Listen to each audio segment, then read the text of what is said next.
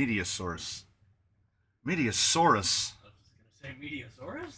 Mediasaurus.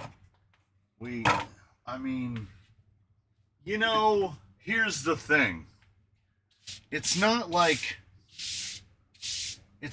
there's some overwhelming lack of transparency when it comes to the folks over at Spectrum. But they didn't openly acknowledge that there was a service outage for I want to say it was about 50 minutes after the internet went out. Then they were like, oh yeah, that's actually out. And there's a website called Down Detector. Yeah, absolutely useless.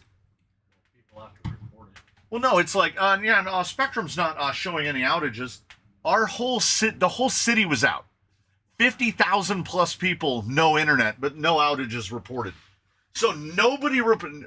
50,000 people, no individual was like, hey, the internet's out. And it wasn't just internet. When I finally got the second email from Spectrum, they said services impacted, voice, TV, internet. Well, that's all of it, isn't it? That's everything they do. So everything they do was out. And they initially said it would be back on at 10. And of course, by this point, within that first 50 minutes, I went through I got through the AI chat. I talked to Garrett from North Carolina, who just runs through the script and then is like, well, we're going to have to send somebody out there. And I'm like, Garrett, it's not my modem, which is brand new. Here, the thing, Mr. Raptor, the thing that happens with Spectrum out here is it will be absolutely fine for long enough of a period where you just forget about it. And you're just like, oh, everything's good. And then it'll go down and we don't get that thing where it goes down for like half an hour or the service just kind of flickers out like you get like a brownout. It goes out for 5 hours or it goes out for a full day. And they give you no explanation. No, it's not about like upgrading services. It's none of that. It just, everything goes out and then comes. And I sit here thinking, this is an industry that operates with very few actual physically moving parts. How does internet just stop working? I just remember, you got to remember, Big Al Gore, the internet is a series of tubes. Did someone steal one of the tubes? Did they steal okay, so we have a vault in front of the house, which is the concrete hole in the ground that's filled with gopher dirt. And it takes 2 men with crowbars to pry the access cover off. It's right behind my mailbox. It says, I think it still says Adelphia.net on the cover, right? And when the guy opened it up, there's a thing in there that they called it a hub or a splitter or something. It's about this big. And it has ports on it to plug like 12 cables into it.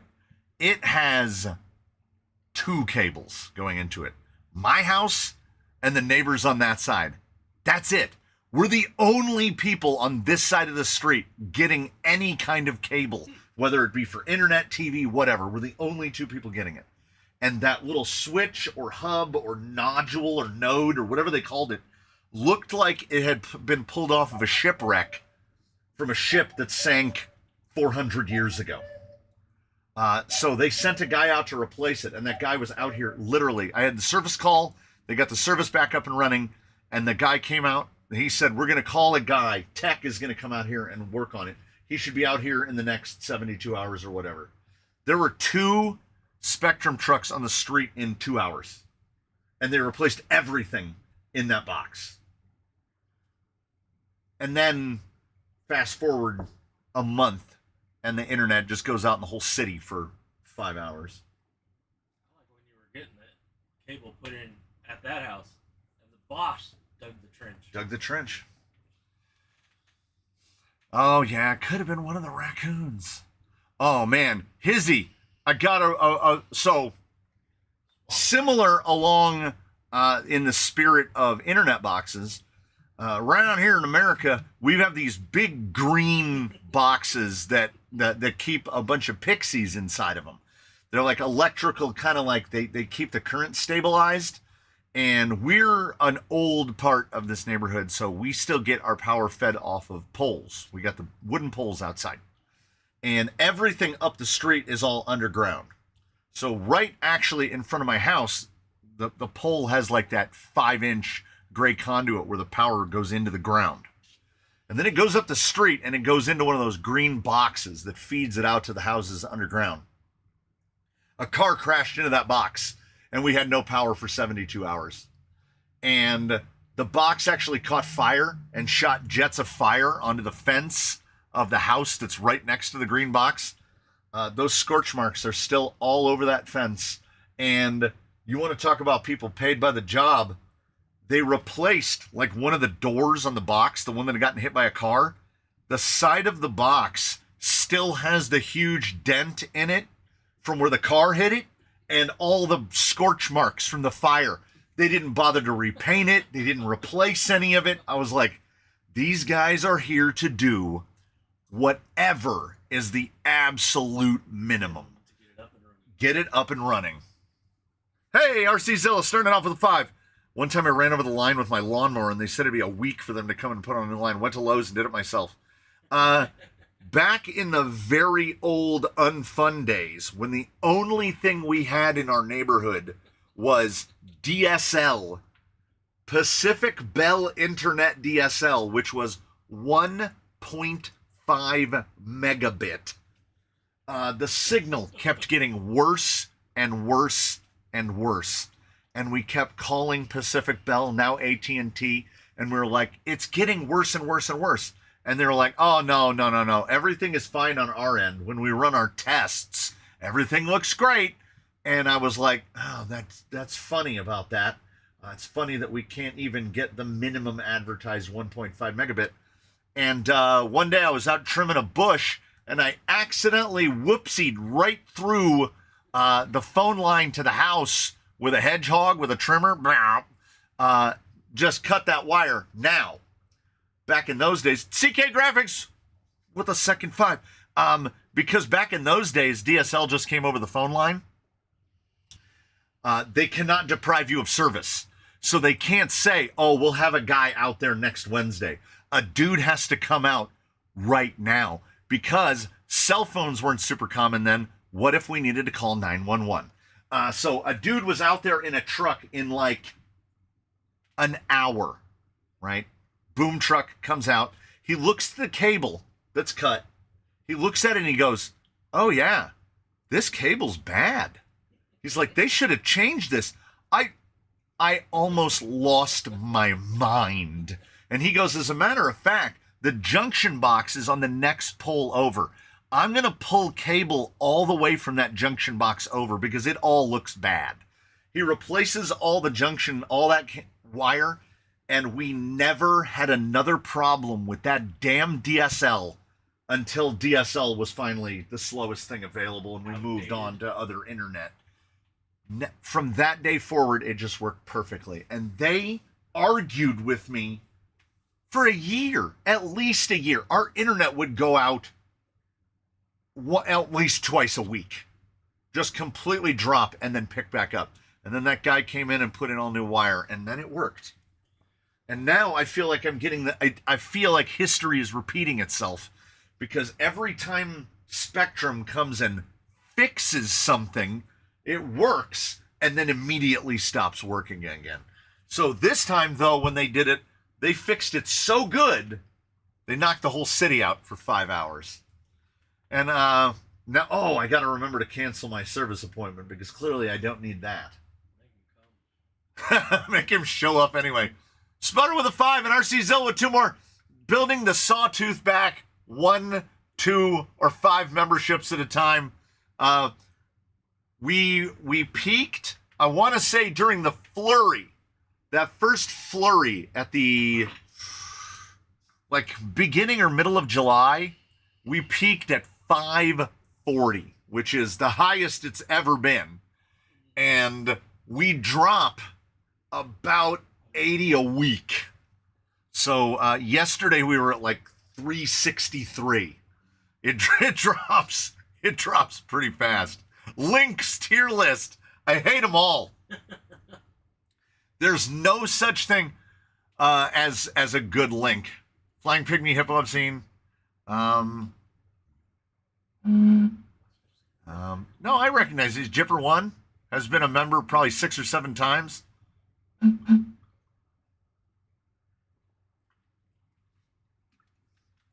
Can someone who's put more research into it than I have, can someone explain to me what the hype is? Because I can't even see it. I don't know what hype is. If they've talked to us about it in one of those like creator connection emails, I missed it. I don't know. But people on the Discord were talking about hyping a video. I don't know what this is. So the raccoon must have membership acceptance turned off. Well, or the raccoon is the new Eddie, dodging. Member dodger. Yeah, what hype? Okay, that's the thing. I just wanted to make sure. I don't want to FOMO. I don't want to get FOMO for anything YouTube related. Your 4-day Sheila Payne job is nothing on doing an FJ cab chop. And never. I will never. I've been dealing with a lot of legal and mental health stuff last couple of months. Been pretty hard over here, trying to get back into my groove finally. Hey, man. Toy cars, man. Anything that can make you forget reality, man. Anything that can give us a small period of full dissociation. Okay. PNW, Pacific Northwest, right? Okay. Wheat. I got wheat. What is the TRDR? You got to tell me what the TRDR. Trader? Treader? Toyota Racing Development Racer?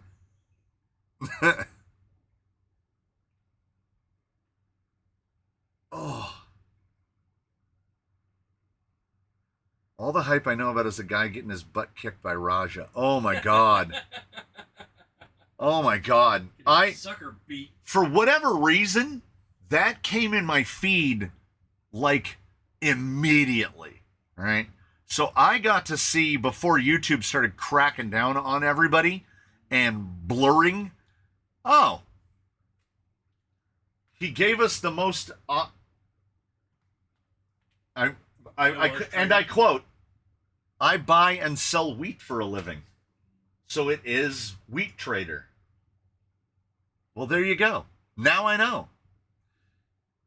Smash is building a cross RC 8x8. Yeah. I call all of those cross military models, I call them models that move.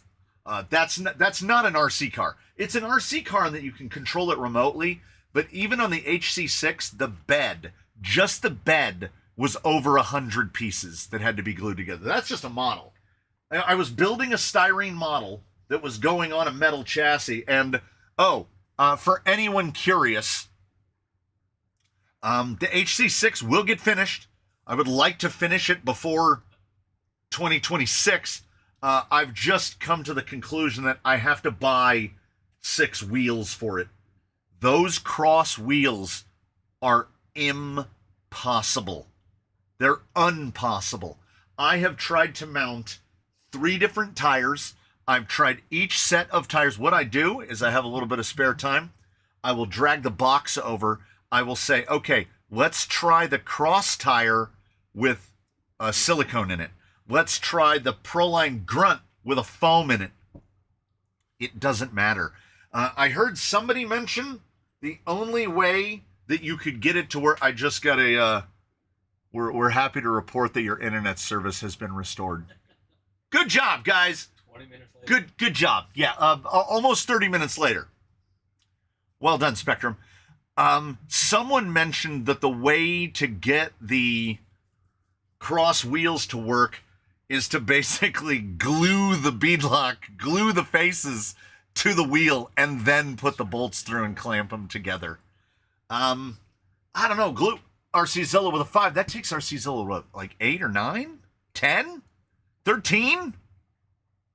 It's a number. We rebuild the Sawtooth. I'm going to trail it. The body might not like it, but it will be sent at some point. Oof. I don't know. After you get done with all the hours, text them back and ask them if they'd like to come over for some grilled fish. Does this outfit look nice? Does this look like a good enough outfit to go and get some grilled fish? These are the concerns that I routinely have. So, as the internet went out at 6:59 a.m., and based on my service call when they said I would be out until Sunday afternoon, then 45 minutes later they said it'll be on by 10, and then about Update. 2.5 hours after that they said it would be back by 12:30, and then it did indeed come on by 12. I have not really prepped much. I have stuff to give away. Also, there will be frame drop. There will be frame drop for probably about the next 30, I would say from here, 25 to 30 minutes. Yeah. Don't be surprised by frame drop or lag. No. YouTube is not receiving enough video to maintain smooth streaming.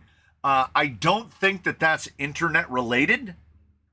I believe that it is. Oh, you know what? I don't know how bad the frame drops are.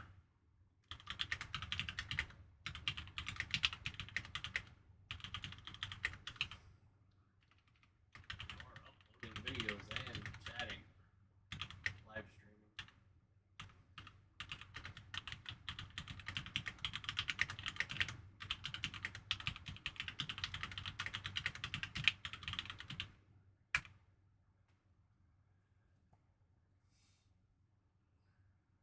So, I was under the impression that I wouldn't be able to get on today. So, I started uploading a video on 5G on my phone.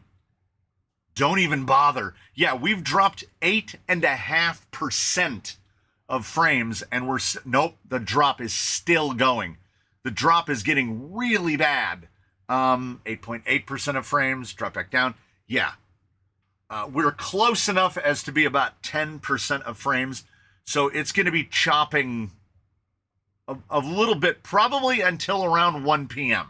By 1 p.m., we should be in the clear. Oh, yeah, my internet just dropped to nothing. And then it's back up. Yeah. Yeah, it is definitely internet of fortune.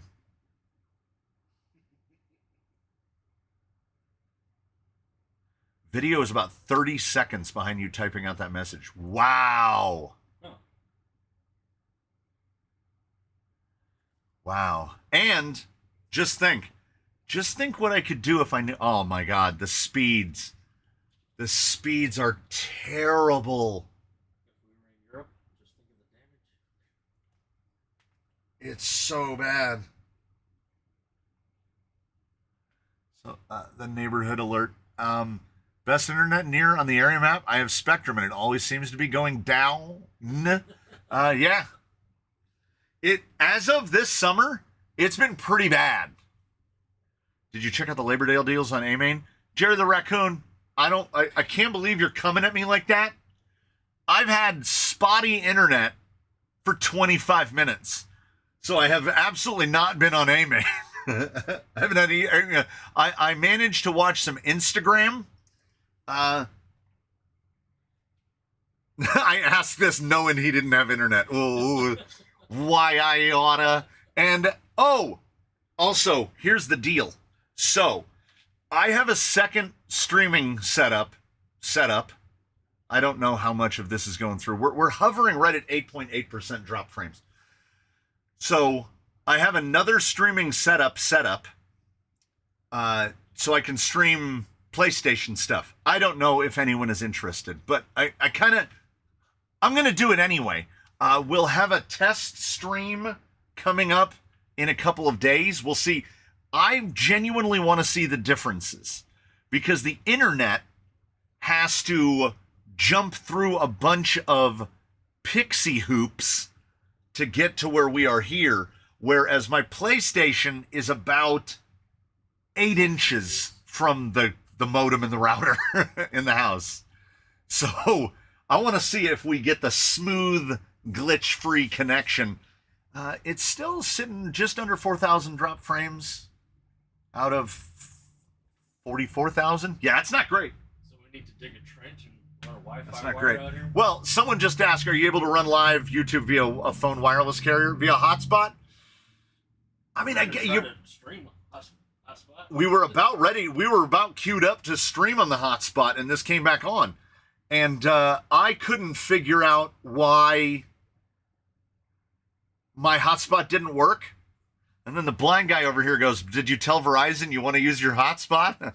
No, I did not. So that's a possible explanation as to why that does not work. What game will you be playing? Borderlands 4 launches September 13th. I have been waiting and waiting. Honestly, the the trial stream is probably going to be everybody's golf, which is what it was called in Japan. In the US, it was called Hot Shots Golf. I've been killing a lot of time. It came out in 2017. It's a very arcade golf game. I like that. I yell at it a lot. I yell at that game constantly. So if you're ready for someone to yell at an inanimate object, then you will love the Crawler Canyon's take on everybody's golf, where I'm a very thin Japanese lady that can drive a golf ball like 330 yards. None of the weather in the game makes any sense. The wind doesn't make any sense. Greens can be faster in the rain than they are on a bright and sunny day. Sometimes you can carry a ball farther in a headwind than you can in a tailwind. It makes no sense at all, and I yell a lot. Max Paul is over there trying to get me to target a missile on his house when he says, we have fiber optic internet, works fantastic. Never let me know your location. Don't let me know your location, or we're going to Jay and Silent Bob, me and the blind guy, are going to knock on your door, and we'll look at the papers, and we'll be all, is this Max Paul 11 from the internet? Did you say my fiber optic connection works perfectly? This is the country. We don't have that. We don't have Frontier Fiber. We don't have AT&T Fiber. We've got... Other areas do, not here. We can't even get the Verizon home 5G internet thing here. You know what we've got? This. That's all we've got. We've got Spectrum. And we either take Spectrum or we take nothing. And Spectrum is terrible because we have way above average download speed. I'm like 550 down. And you know what our up is? 20 up. So if you want to know why right now, I guarantee you I'm glitching all to hell right now because I'm looking at my signal strength and it is 1 bar. You want to know why that is? It's because we're throttled to 20 megabit up. Spectrum won't let Robert have more than 100 megabit. 100. The minimum service here is 300. What about T-Mobile home internet? They don't have that here either. We only got Spectrum. We got Spectrum like, was it even 10 years ago? Well, you had to run cable to get Spectrum. They had to run cable. I brought a man in a tie, a shovel, and he dug a trench to run cable into the house because cable had never been to this house. Cable had never been on this side of the street. And that was in the old house. That was 10 minutes. No, that was here. That was here? He dug that trench in this front yard. So that was 10, maybe 12 years ago that they dug that trench. Because this house started on DSL. There's the DSL splitter box is still on the side of the house by the kitchen. Okay. Now it's not disconnected. It's disconnected from everything. CK Graphics 5G is faster than his fiber because he's in the middle of nowhere. Starlink seems to have global outages every 3 to 6 months, always when I'm trying to work from home. Huh. Yeah. It's a satellite. They just point the dish. at us. The Billy says in the Netherlands it's 1 gigabit down and 20 megabit a second up. So he has my same upload okay. speed, but his download's twice as fast. So one of the fibers that we can't get, was it Frontier? Frontier. Frontier claims 2 gigabit down. Yeah, show me. No, it said 2000 Mbps. Show it to me. Yeah, Spectrum is definitely rationing out the megabits today. Okay, I know I'm doing an upload right now. That doesn't even matter. That doesn't even matter. We've never dropped 5,000 frames.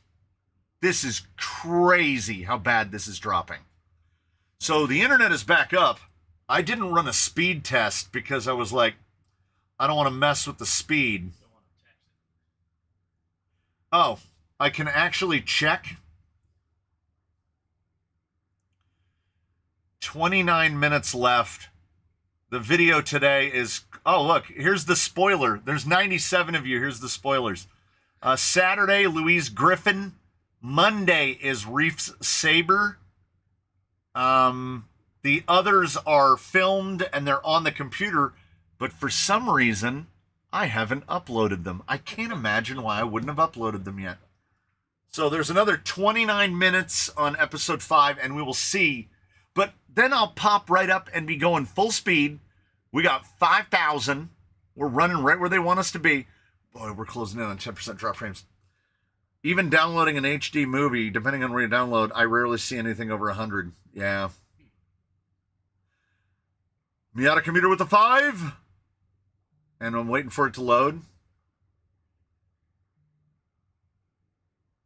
For the Sawtooth. It's a mixture of names I've seen and ones that it isn't. Oh. So Mr. Truitt's Spectrum went down as well. But it's like, he says it's like it's running on 2 cylinders and a flat tire. Oh, Aaron. Okay, wait. I gotta wait until there's full bars. I want to make sure that it doesn't drop when I get in the middle of this. Aaron Schmidt says, has the wife driven her buggy yet? Spoilers.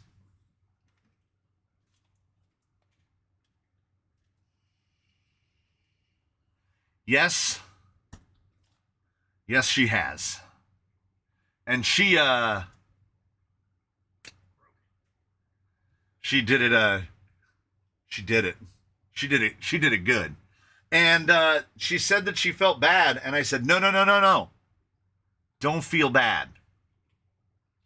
Because this is how you find out. She broke it heroically. She said she's starting to feel like she's cursed. And I was like, no. If you were cursed, we'd all be cursed. Because we all break this stuff all the time. Ooh, why did the Amish man divorce his wife?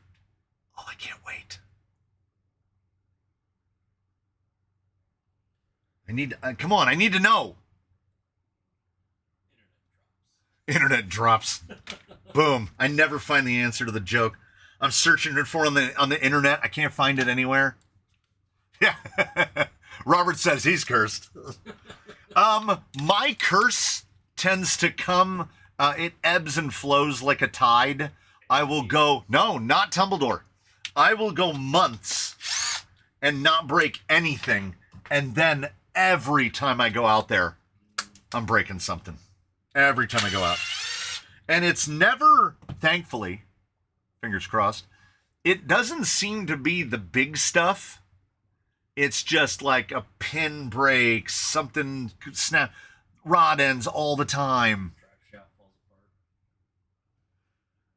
Sorry, Mr. C, I feel your pain. I live in a 500,000 plus city in the Bay Area and NorCal, and we can only get cable internet.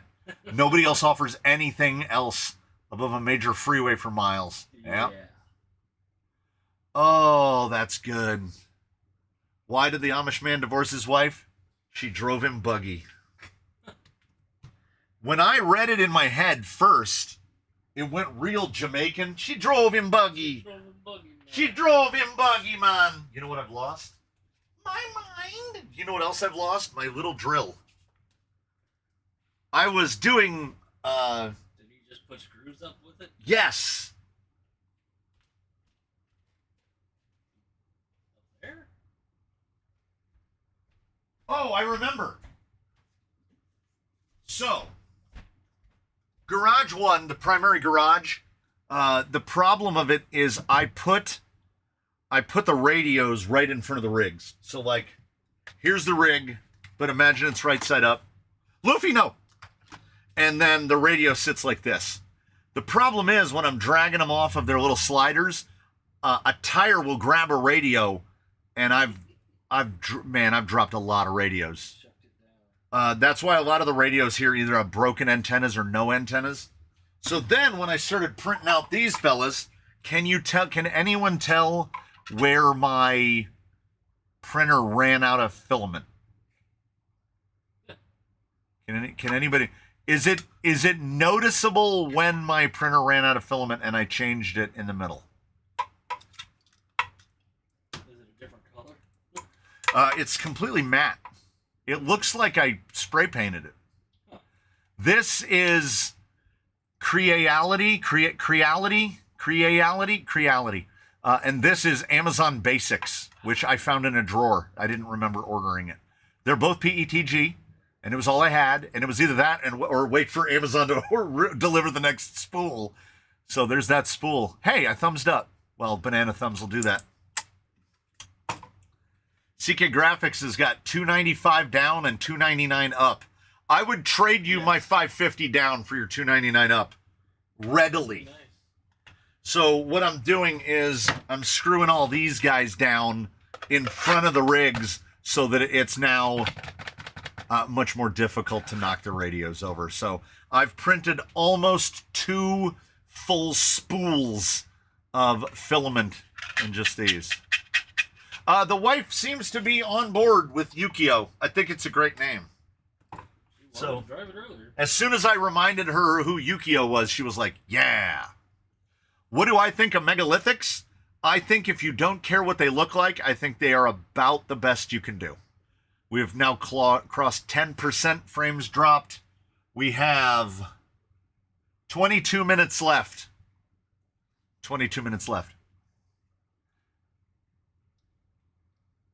Max Paul is home early from work and ready for the 3-day weekend.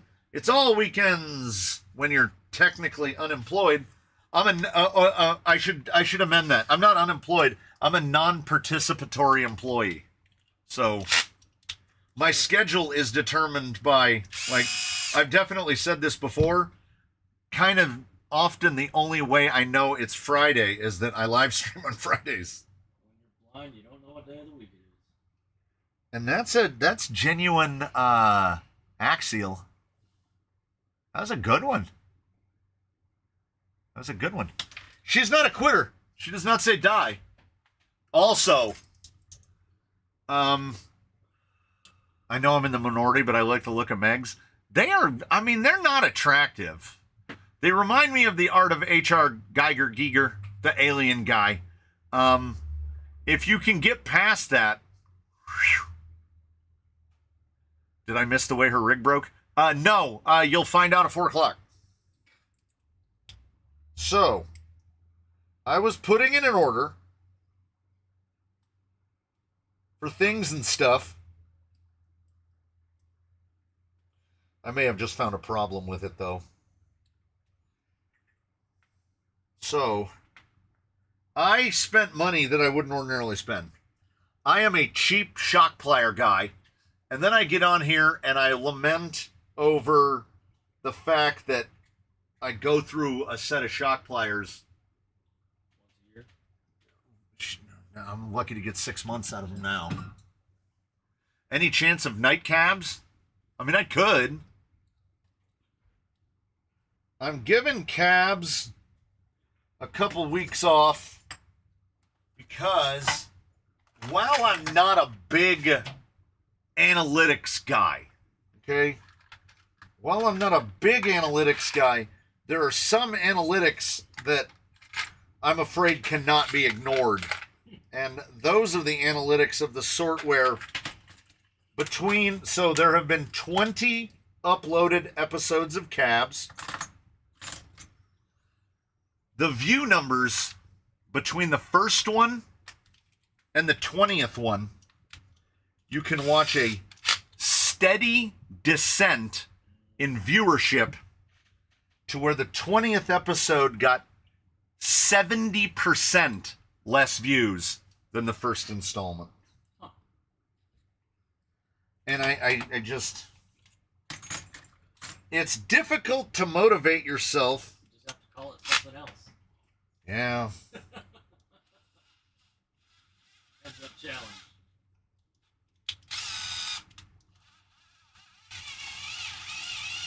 Good God, that's a sharp drill bit. So, while I am loath to spend more money when I have the opportunity to spend less money, I was making an order from HRP, and I bought name brand factory team selected Team Coralie shock pliers. Look at this look at the nut and bolt on the front. They don't have the obnoxious, this is what, I've gone through 4 of these, okay? This is the Amazon, we'll just call it the Amazon Basics. There's like 100 different ones of them. Right here is what we grab links and shock shafts with, and it just gets murdered. It gets murdered. This one's already going flat. And because of the way that they built Fulcrum, you can't really... So, if I get this where it's supposed to be, I can get a decent amount of force. But I can still almost turn the whole link. It's not great. So, we get the Posh pliers. We got into that one. And you can feel how much tighter it holds them. Now, it's not all gimmies, because I just had to drill out that hole, because that hole was the exact same size as this ball that I was trying to pop out. And if I can't pop those out, what's the point of the pliers? So I drilled it out, for better or for worse, because the hole in this one is enormous. You can push the big Traxxas 8.3s through that. Do I have any? Yeah. Okay. We'll do, I was going to say we'll do a fiber reinforced, but I don't think I have any. Vanquish pliers. Oh. I had a pair of STRC shock pliers. Oh, loathsome. At that time, they were the only ones I could find. I love STRC stuff, but man, do I not love those pliers. As a matter of fact, it just popped into my brain. I remember where they still are. These, if I was given Coralie notes, I would say put a little bevel on that. That edge is a little harsh. Like these guys, they go a little excess. But at the same time, this doesn't feel appreciably better than this. And because we have more spread on the handle, you know why I bought these? I'm going to tell you exactly why I bought these.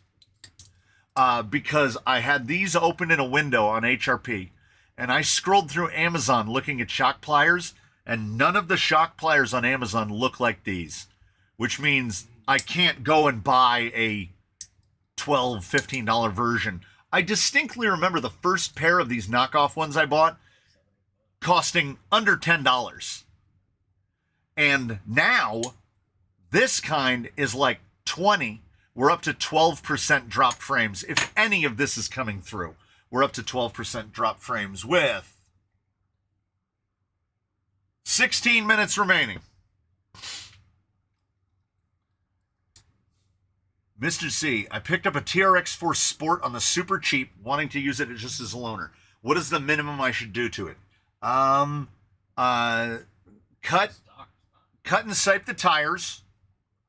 I would say for now, like, it depends. How much work do you want to save yourself? Because the most economical method is to just put a Fusion SE 1800 in it. Heat shrink around the handle might not be bad. Audio is fine, but it's like a PowerPoint slideshow.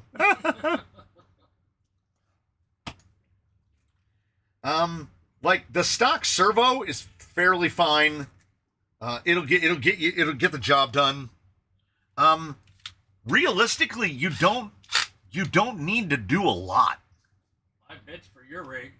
But the yes, you take out. The blind guy is absolutely correct. If you have anything else TRX4 based, buy new stuff for your rig. Put your old stuff on that. That's the incept yourself into upgrading. That's a great way to do it. 15 minutes remaining. I want to see if the frame drop slows down. 11.5%, 9,400 frames dropped. This has to be a tag team combination of, as I said, my workstation that I work at is right next to the router. So my Mac Studio is gobbling up every bit of upload capacity that it can. So the fact that you can even hear me right now is encouraging. But Lee Jordan says I've looked fine. Lee Jordan might be 50 seconds behind me. But that's fine. You know, I think I'd rather have it spool and be smooth.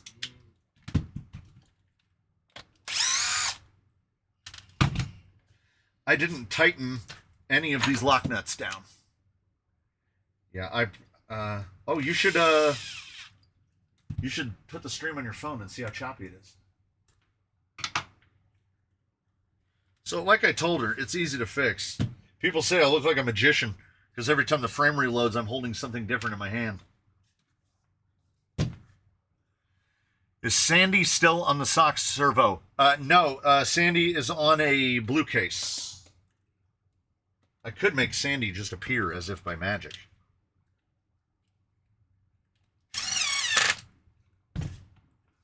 As long as the audio's not choppy, we're good. Because this will pass. In 12 minutes, it will hopefully get better. Delay test.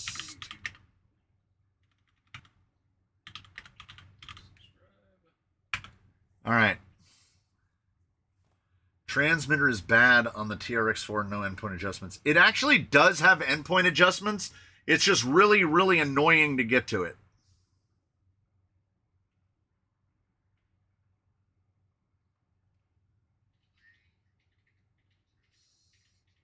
Oh, I typed that a while ago.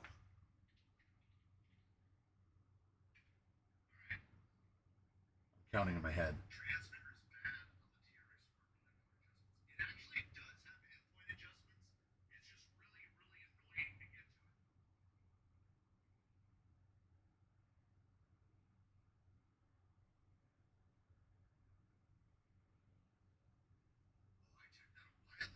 That's like 32 seconds.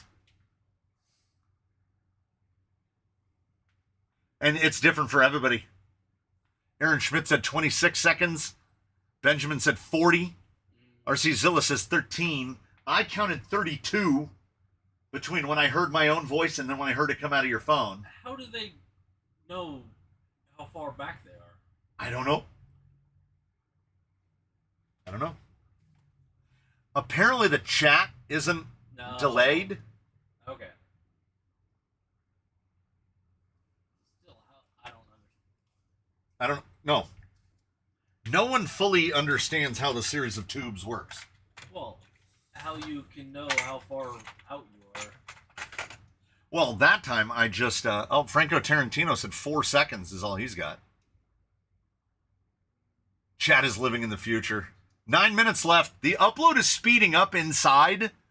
So, and we're dropping fewer frames. So I'm starting to think that there's definitely some spectrumal involvement here. It's not just me.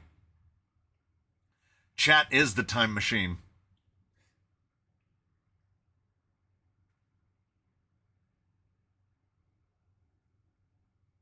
All right. It's not terrible. Yeah, TQ's got EPA. You need to, like, there's like a sequence of button presses, and you have to watch the flashing lights. I wasn't paying attention. Type test again, and we'll see the delay to New Hampshire. Test. Foams versus silicones, and which do you prefer? Okay. If you're building something that is going on trails, if you're building a trail rig, silicones. There's no substitute. They are robust. They add weight down low. Great. They're trouble-free, maintenance-free, good to go. In terms of vehicles I have here that are more dedicated rock crawlers and run silicones, two? I think there's two. I think there's two rigs, and even then they're cut. Yeah. Silicones, the problem with silicones, fundamentally, is that they're heavy. If your servo is backwards, it will be hell to do EPA. Yeah, I bet. Yeah. Well, like I say, the TQ and the TQI are fine as an RTR radio goes. They do the things. They steer and they do throttle. Ooh, my hands will bounce around with the drop frames. It'll be awesome. But there's really no excuse now in this day and age, you know. If you don't want to go to a radio link, the Hot Racing and the Mias radios, I've seen some of those radios as low as $29.99. I mean, I don't have a problem with the Hot CT6. Tiny hands. This one, the Hot CT6 will fit my hands, but a normal person can also use it. You got a little thummy wheel. Trigger tension, not bad. Wheel tension, not bad. Display, readable. Buttons, usable. 3-position switch. Button takes the LiPo or the 18650, and I've seen these for $35. Your hands are just a blur. What is the CT01 the same? Psycho Garage. My plan is I have a set of tires that I need. I'd like to do a radio link, but I like my light kit. Yeah, I know how that is. Psycho Garage. My plan is to mount up a set of Class 2s. I have 1, 2, 3, 4, 5. I think I have 6 sets of tires to choose from. I'm going to mount up a set for Victor, and I'm going to have Victor and the KKV1 do a little head-to-head. I want to see the kit crawler and the Lone Ranger against each other. Is the screen hard to read in the light? No, this is the one that, like, this is readable. This one's fine. Ooh, I should charge that battery. I'm not a huge fan, and like you can even get it at the off angle. Doesn't really blur out. It's not bad. If it were me, I'm not going to choose green on gunship gray. Those are not my two different colors. Has anybody ever heard of like black and white or black and yellow or two very contrasting colors? Gunmetal gray and forest green. You're talking about the text? Yeah. The text in the menus, they get a little squinty, but you can see it more than well enough to program it and everything else. And like I say, they're going, the price on those, even while we live now in the tariff times, the price on those things is going down. So you'll not hear me complain.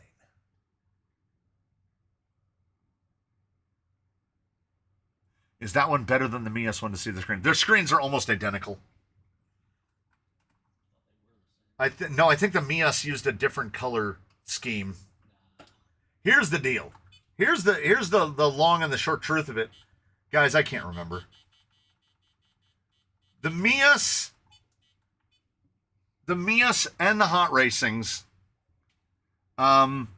both have a critical flaw. The ones that are higher, above the CT6. Why is the CT6 still here? This is why. If a radio doesn't have a bass, I cannot. And also this one doesn't fall over when you do that. So the CT8 and the Mias, what is it, Mias 10B, ME10B, I can't. That's a me thing. If a radio doesn't have a bass to set it down, that is an outright deal breaker. And one of my favorite radios was the Airtronics XL2P. But, okay. I was never XL2Ping on a, did I put that battery in upside down? Yes, I did. I wonder why it didn't turn on. I just plugged the battery into the charger. Somebody asked if it had a changeable color. I'll let you know. Probably in system, right? Some of those things are hard to navigate. As you found out.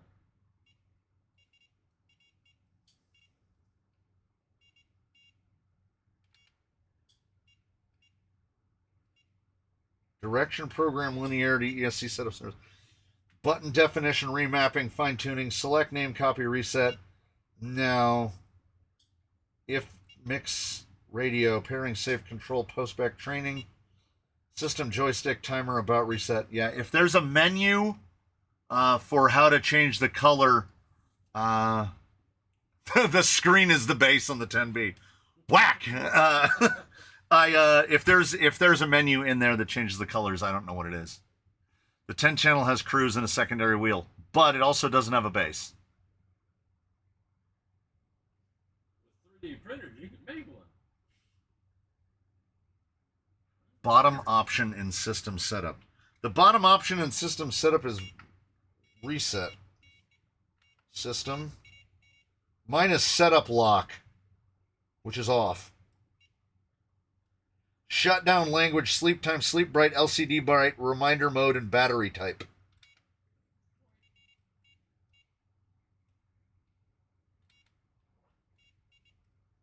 Yeah, I think the menus might be different from model to model. Yeah, so I think it's stuck with that color. I put a screenshot in members Discord of the color theme screen. On a CT6A, or are we talking about different things? 2 minutes left on the upload. 2 minutes left.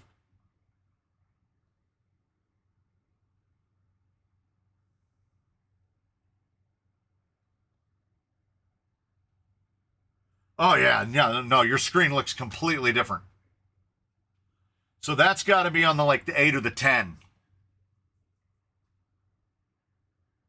Yeah, this is the CT6A, which, again, for a bare bones...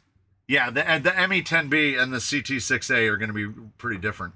This one doesn't have the little mini game on it either.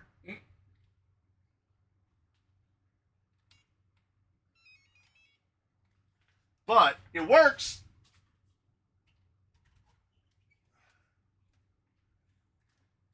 Where was I putting this? Somewhere. I need to put a 70. I want to put a 70 in here, and I need to put a 70 in it. She was stalling out that speed control pretty good. Not her fault. She's just, she's trying to get through a spot. I get it. Are we an hour yet? We're about an hour. About an hour.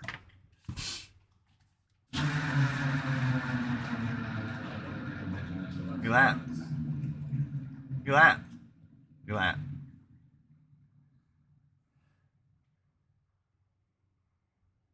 I was surprised at Dumbo being Radiolink OE that they don't crossbind. Yeah, I think I learned that if you want to really be surprised about it not crossbinding.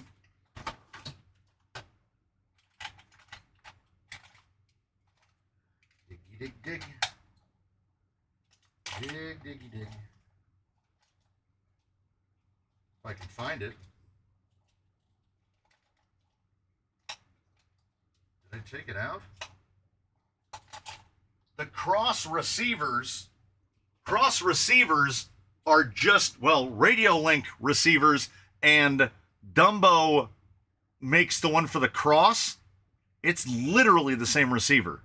It's the same plastic, same antenna, same everything. Just the little sticker is what's different, and you can't bind the cross one to Radio Link. I see dumb orc. Dumb orc. Okay, Driver's Ed has finished uploading, and we're still absolutely collapsing frames.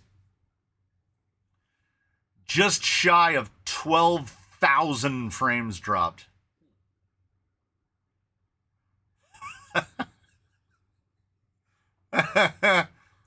RC Zilla just told Jerry the Raccoon to stop typing because the gray in his name is annoying.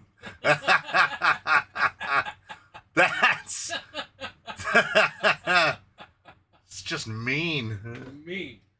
It's just mean. He's got to know raccoons don't understand currency.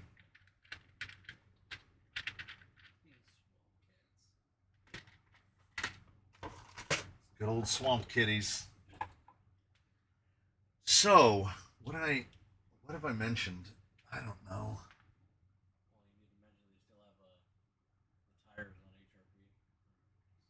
HRP. I ordered some, but I haven't gotten a ship notification yet, so I'm not telling anybody. They can find out after mine are in my hands. I'm tired of telling people about things and all the things are gone. What do you think of the Radiomaster MT12? I think the Radiomaster MT12 is ergonomically fantastic. It's laid out really well. The quality feels good. It's got good ergonomics. Trigger pull feels good. Has a good feel of the wheel. It has a lot of versatility to it. And if you are not familiar with or are not willing to watch 10 to 50 hours of internet videos to teach yourself how to program Edge TX, then the MT12 will largely be wasted on you. If you have a familiarity, if you're like, oh, I came from drones, go buy a Radiomaster MT12 right now, because you will absolutely love it, and you can't get more radio for that amount of money. I am not willing at my age to learn another complete language. So I am not going to learn how to program Edge TX. So I have a singular MT12, and all of my Go Fasts are programmed to it. All of them are 2 channels. And if I were to right now have to adjust the endpoints on that radio, I would have to figure out how to do it again. It's bad. It's really bad. If you don't know Edge TX, which I don't. It's like somebody handing you a cookbook and you speak English and they hand you a cookbook that's in Greek. That is what Edge TX is like to me. I don't understand any of it at all. It is not intuitive to me at all. It makes no sense. That part of it is an absolute deal breaker for me. I spent a solid hour trying to program just simple cruise control. Just program cruise control, and nothing I could do. I felt like I was going insane.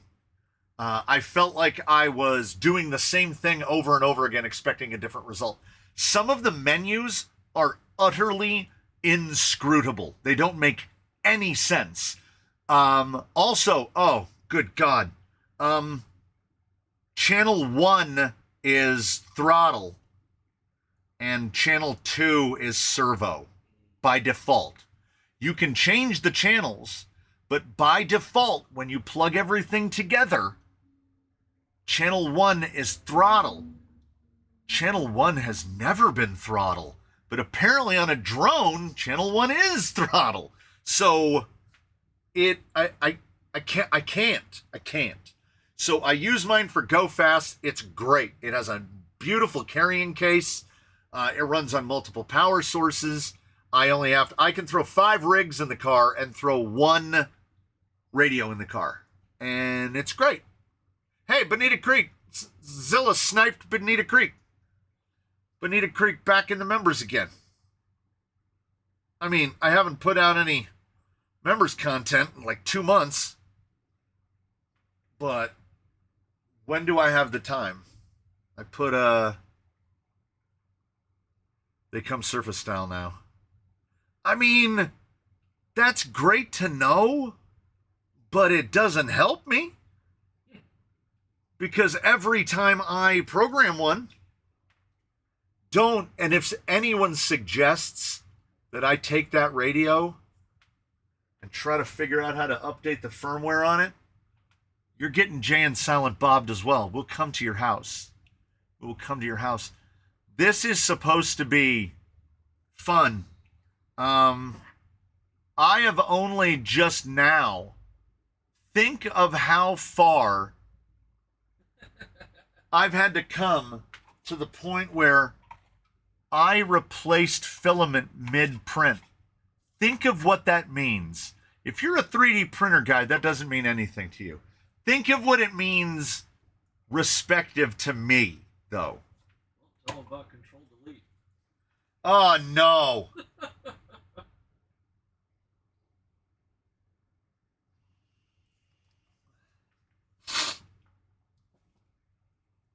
Does everybody else know about control delete? And when I say if you know about control delete, you either know about it or you go, what does that mean? Oh, thank you for the sniper shots from Charles and Psycho Garage. Thank you. I've had an MT-12 since January and haven't used it yet due to the learning curve.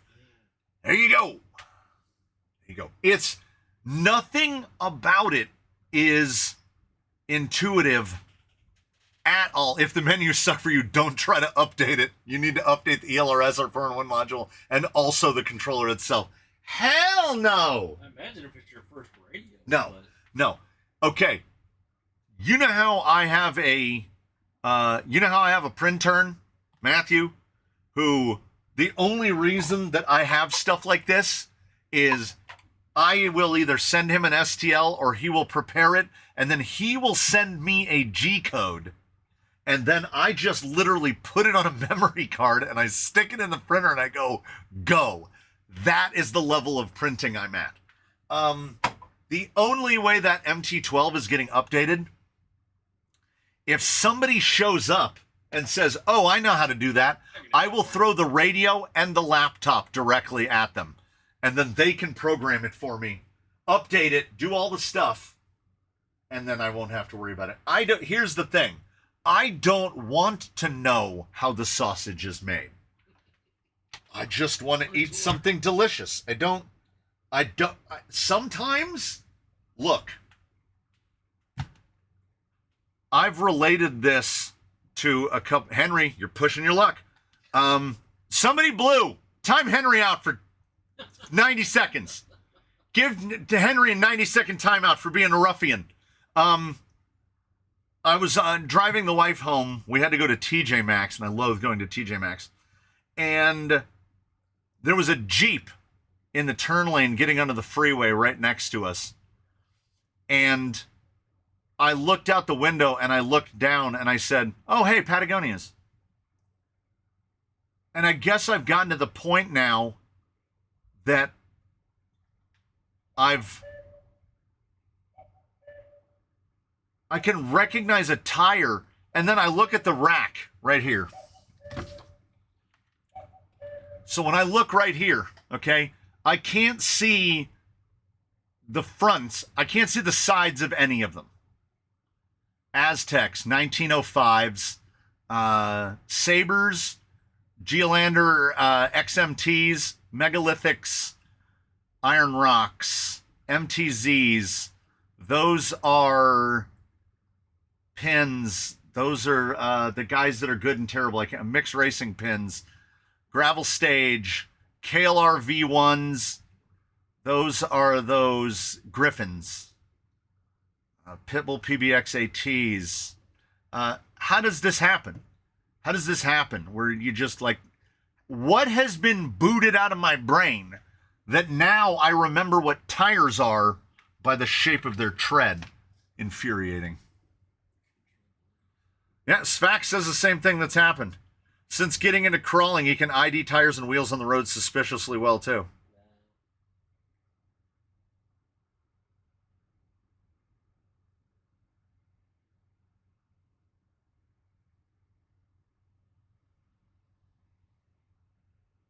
You say it's supposed to be fun, but what if you're a masochist?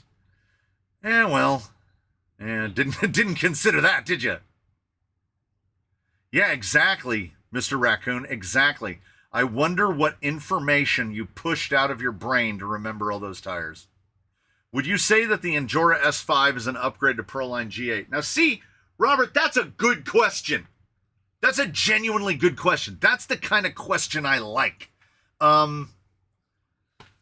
The Endura S5 is more comparable to Predator, in which it gets a little squidgy when it gets hot. Now, if all factors are the same, say you live in Scotland and it's 70 degrees. What is that in non-freedom units? Like 23, 24, 22? Say it's 22 degrees Celsius outside. All other factors being equal, that S5 is going to outperform that G8. And I'm going to say that. And that is in spite of the fact that Endura, for whatever reason, has also embraced the dumb 42 millimeter skinny tires.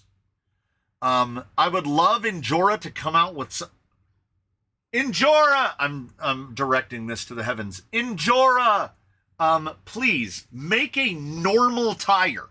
Give us a 120/47. Give us a Class 2, a genuinely proper Class 2 tire, so that we can compare your tires up against other tires. Because let's be actual and factual. This is an S5 Klingon, which I know people keep asking me to go out during the sunny part of the day and test these to see how they do in hotter times, and I need to do it. But if you put yourself in my banana hands, when it's like right now, on the course right now, probably 102, 103 out there, I don't want to go out there. I need to go out there. But anyway, continuing the other thought, this is the S5 Klingon. Looks pretty normal until you see it relative to something else. It's like just that much smaller. And what do they claim? They claim 475 by 1.65.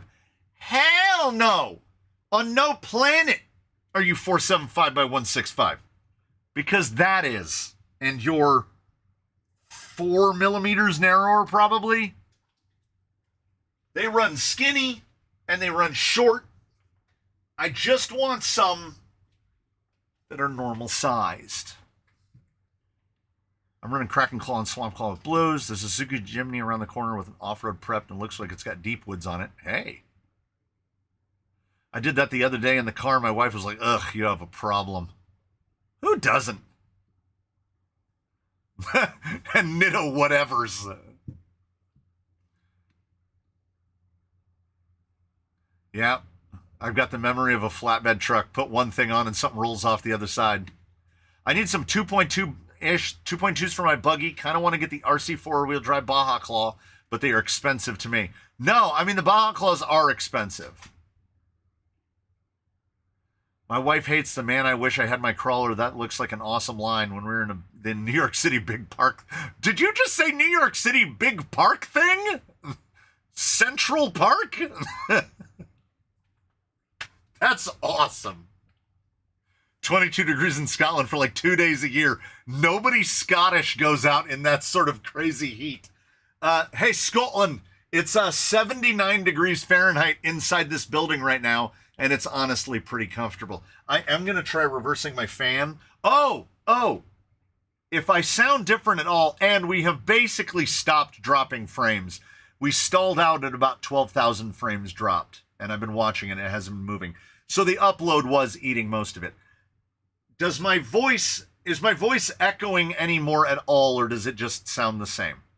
Because we had to take, maybe you haven't seen it. If Central Park is so central, why isn't it in like Kansas? Well, I believe, and I'm not defending New Yorkers, but I believe it's because it's in the center of that island. I think. So, directly above my head, it's not there now. People who have been in the building have seen it, but directly up above my head was this. We can get a better look from 3. Yeah. So it goes up a little ways. So there's a couple foams. We got a couple foams, right? So this used to be directly up my phone, up above my head, because the foam is a sound dampener and it stops the echo. Or you know what? I thought it did, so maybe it didn't. But now I got to figure out how to get rid of all these foams. And even my kid was like, "Where'd that come from?" And I'm like, "It's been above my head for 2 years. Ever since live streaming started. Nobody wants Kansas to be involved with anything like that. Trust me, I live there. Too many dead bears at Central Park. Don't go there." So, in its place, there was only one way I was going to replace the wall of foams. And here's what I've replaced it with. Look at that. Wait, there we go. So there's above my head. Now, it's going the wrong way. The blind guy told me to have it pull up, but I think I want it to push down. It's got a light.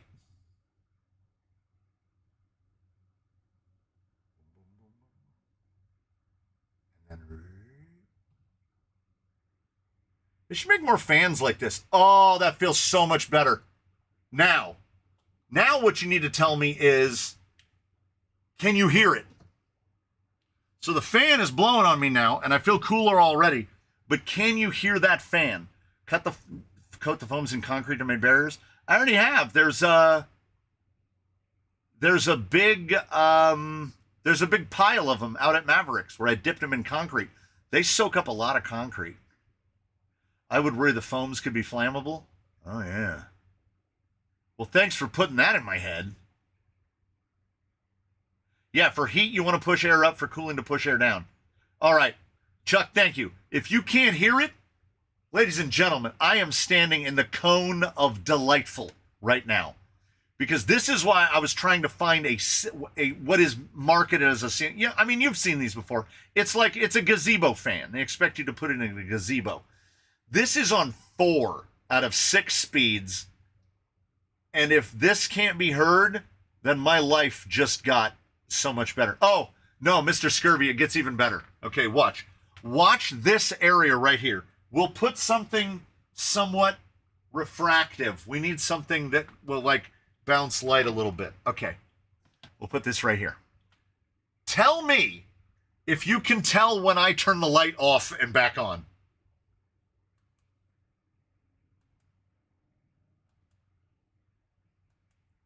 It makes absolutely no difference.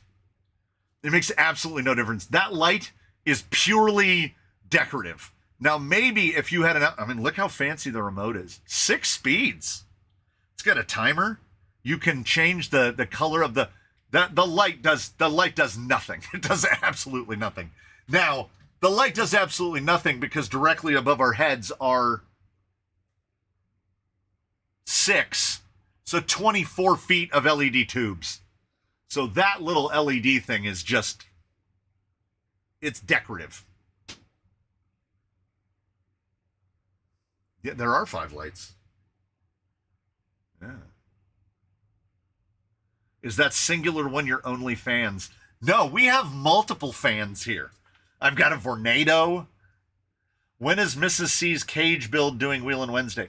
Probably... Honestly, from where we stand right now, probably like end of September, middle or end of September. I think I know where she wants to go for the upcoming Wheelin' Wednesday. I know she wants to do a beach trip for a Wheelin' Wednesday, and then we'll probably be buggies out at Wildwood again, so she can try her new buggy out. I have a question. Will the Krylon Color Max Flat Clear work on a pre-painted body? Will it stick to the Lexan because I don't like how shiny the SE body is? No, because your SE is painted on the inside. Oh, no, I definitely got the OnlyFans joke. I just wasn't acknowledging it. I love a Vornado fan as well, but by God, are they loud. I can't run the Vornado when I'm recording because it's so loud it washes out the microphone. This fan doesn't make any noise at all.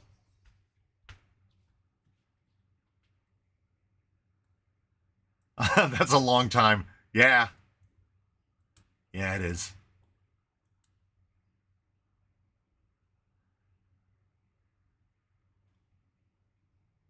The analytics will notice. Oh, the analytics will notice mentioning OnlyFans? Yeesh. I got real close to the screen. Yeah, Jerry the Raccoon, if you want to dull it down, the Tamiya Flat Clear is your best option. You're gonna have to take the hit on the like $8 can. There's really no way around it.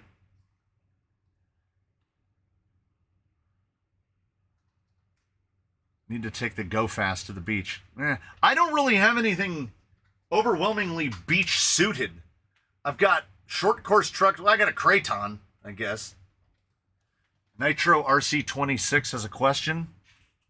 What axles for R1 clone rock buggy? I would Mias nylons would be great. It looks like that. I mean, you can obviously you can set your wheelbase differently, but I think that the footprint of it is pretty good on Mias nylons, and they're cheap.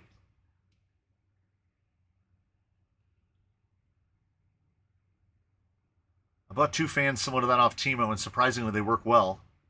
One in my computer printing airbrush room and one in the bedroom. Gets a bit warm for there about 2 weeks a year.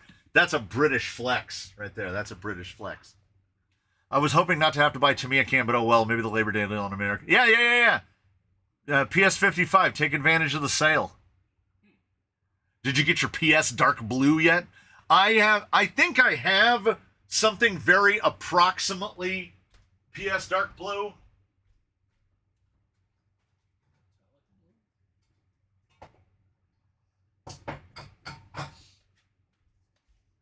I haven't painted anything with it yet, but I feel like the Glidden Max Flex Cavalry is very close. Like, that blue is so dark. Do we need it to see it so it looks more blue? That kind of helps. That's very dark blue. When should I start sending more terrible tires? We've almost cleared our heads from the horror that was done to us before. So, oh, another one. The blind guy got a big laugh out of this. The reason Yukio got built, the reason that cage all got put together and those parts got ordered was because I lost the cover panel that holds the motor down. I looked everywhere for it. I couldn't find it anywhere. So I ordered the plastics, the full thing of plastics from Element. And while I was waiting, I was like, you know what? I'm going to see if I can get a cage. I'm going to see if I can put the parts together. Yeah, it needs some, like, it really, that does look black, does it not? But, yeah, that looks a little more blue. It's very dark blue. So while waiting for that, because despite a team associate being right down the street, still waiting for another Corsa Gray, I need to buy Corsa Gray. I was waiting for this, so I was like, I'll put Yukio together. And then, like, just yesterday,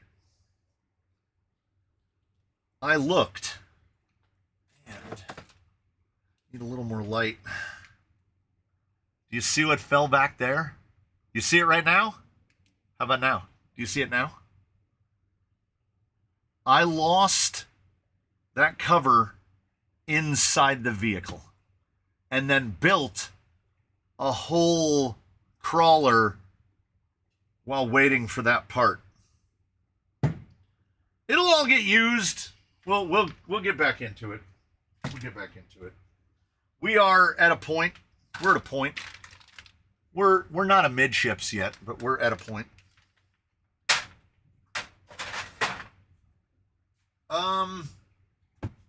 We've got a number of things. What is what exactly? That's a if Robert means this, do you mean the R1 clone or do you mean the gearbox with the yeah. R1 cage, I wanted to do it really, I wanted to cheat it skid forward. So we got really short links in the front, really long links in the back. This guy will get finished. He's not urgent. And I don't know if he'll continue to have a Stealth XF in him because in this layout, I was going to have to push the front out another 10 millimeters so the servo would fit. I've never had that happen today. So yeah, I'm interested to see how this is going to do. But we'll probably go to a little pancake and put a little outrunner in it because I have a lot more places that I would prefer to run a Fusion.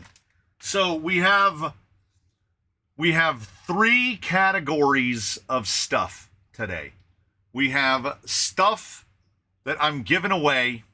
When do you think you're going to be able to test that Reedy motor? Charles, you got to be careful. By the way, it's right there. There's nothing about it that tells me that it's going to be the Reedy motor that changes my mind on anything Reedy, but you never know. You never know. So we have items that are free to good homes, right? We have, should you so desire, if you are anti-establishment, would you like a full set of axial Falcon Wild Peaks with all the tread cut off? We have that. Fancy. One of one. Would you like a set of Canyon Trails with all the center lugs cut out? They've been given the Keith Flint inverted Mohawk. Fancy. One of one.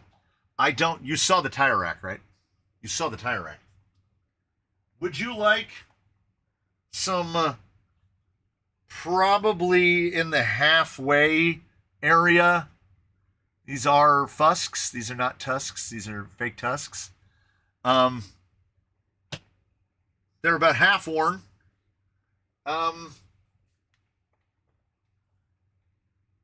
About a 2/3 worn set of Extreme Route Lampreys, no foams. The Falcons are the only ones with any foams in them. Pretty good homes. Would you like, follow me here, 3 fake Falcon Wild Peaks? Just 3. Just 3. Not 4, it's just 3. You have two in the rear, 2 in the front, and the front's just balled out.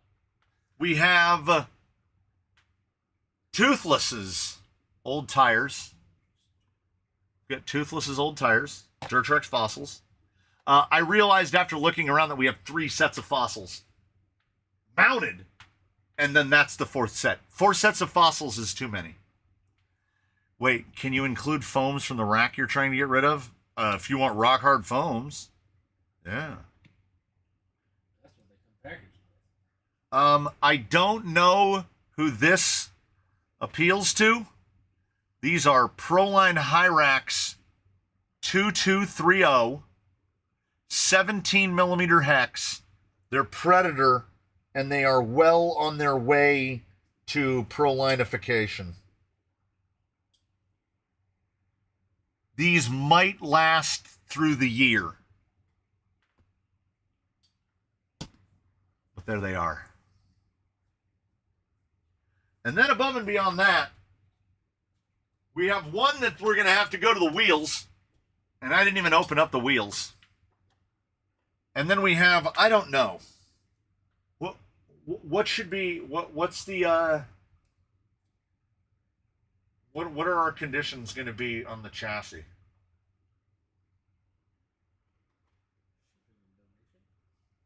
So, for a small Canyon, should we do it on the wheels? That seems weird. It seems weird to spin the wheel and then say, give me some money. Congratulations, you won. Give me some money. I don't know if I have the rest of the little plastic bits. I'll dig around. Top of the pile. While I dig around. I think I do. I might. Sputtercrawler says he will take the 3 fake Wild Peaks.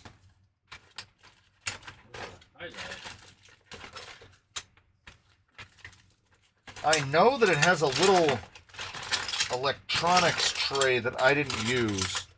And maybe someone else will want to use that. Okay, there's the body mount. Maybe someone will want to use it. The other sock says he wants the lampreys. He's welcome to them. I know there's a little... There it is. I'm trying not to... Trying not to make it fall down.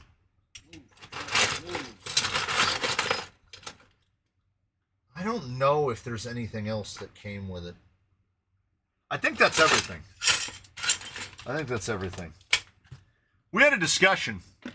We had a discussion yesterday. She's right over there. Are the Hyrax 135s? Maybe? Like about 140?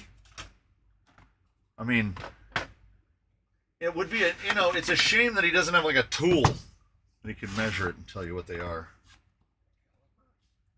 They're like 148. These are big. 148 by 57. They're big. I think the gentleman who gave them to me, I think he bought the wrong ones for like one of the Rays, Baja Ray, Hammer Ray, something like that. Yeah, anyone in a far-flung land, please don't ask me for tires like the Fusks. You can definitely get them cheaper on... You would have to pay me more for shipping than it would cost you to probably buy them from AliExpress. If you're in America, you'll be saving money because I don't have to pay any tariffs to send you a tire in Kansas.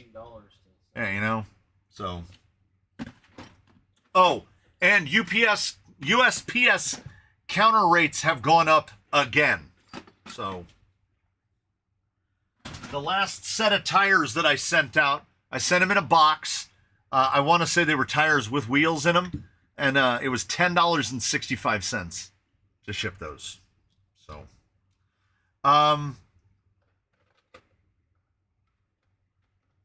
yeah, it's Executioner. It's got the body, which was cut-ish for it. It's got the extra little bits and pieces. It is basically chassis set. Is all it is. We can do it on the wheels, or somebody can say, I have everything I need. I just need the chassis. I don't know. We got through the discussion of does it spark joy, and no, it does not. And I would prefer having the parts, the axles. Do you use pirate ship? No, I just ship via. I've used Shippo for big stuff going far, but for the average stuff, I just ship directly out of PayPal. Oh, there's a bunch of ants eating a dead fly in front of one of my chargers. That's awesome. I got a free show on the day.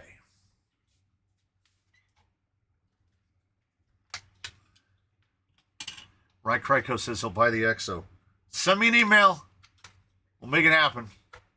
Don't cause an Amazon driver to stay at the same house for over 20 minutes. Bow chicka wow wow. When you're the next delivery. Bow chicka wow wow. That's all I can think of.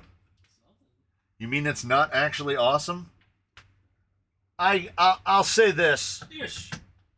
It's not bad for a first try. Well, we're going to have to spin the wheels anyway, because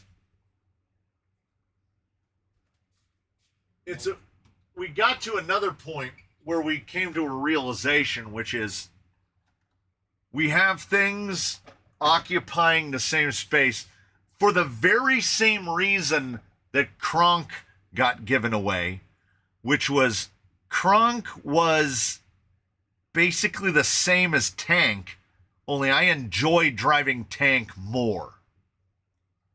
So Kronk left. And if a rig can leave and go into service somewhere else, those Inmars play another one bites the dust. You're welcome. Those Imars, they do? How? Tell me how. Tell me how.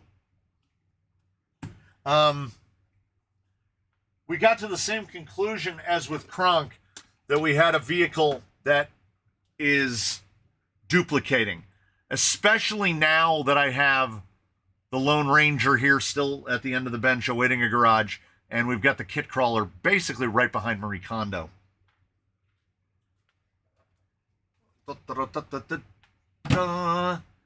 The famous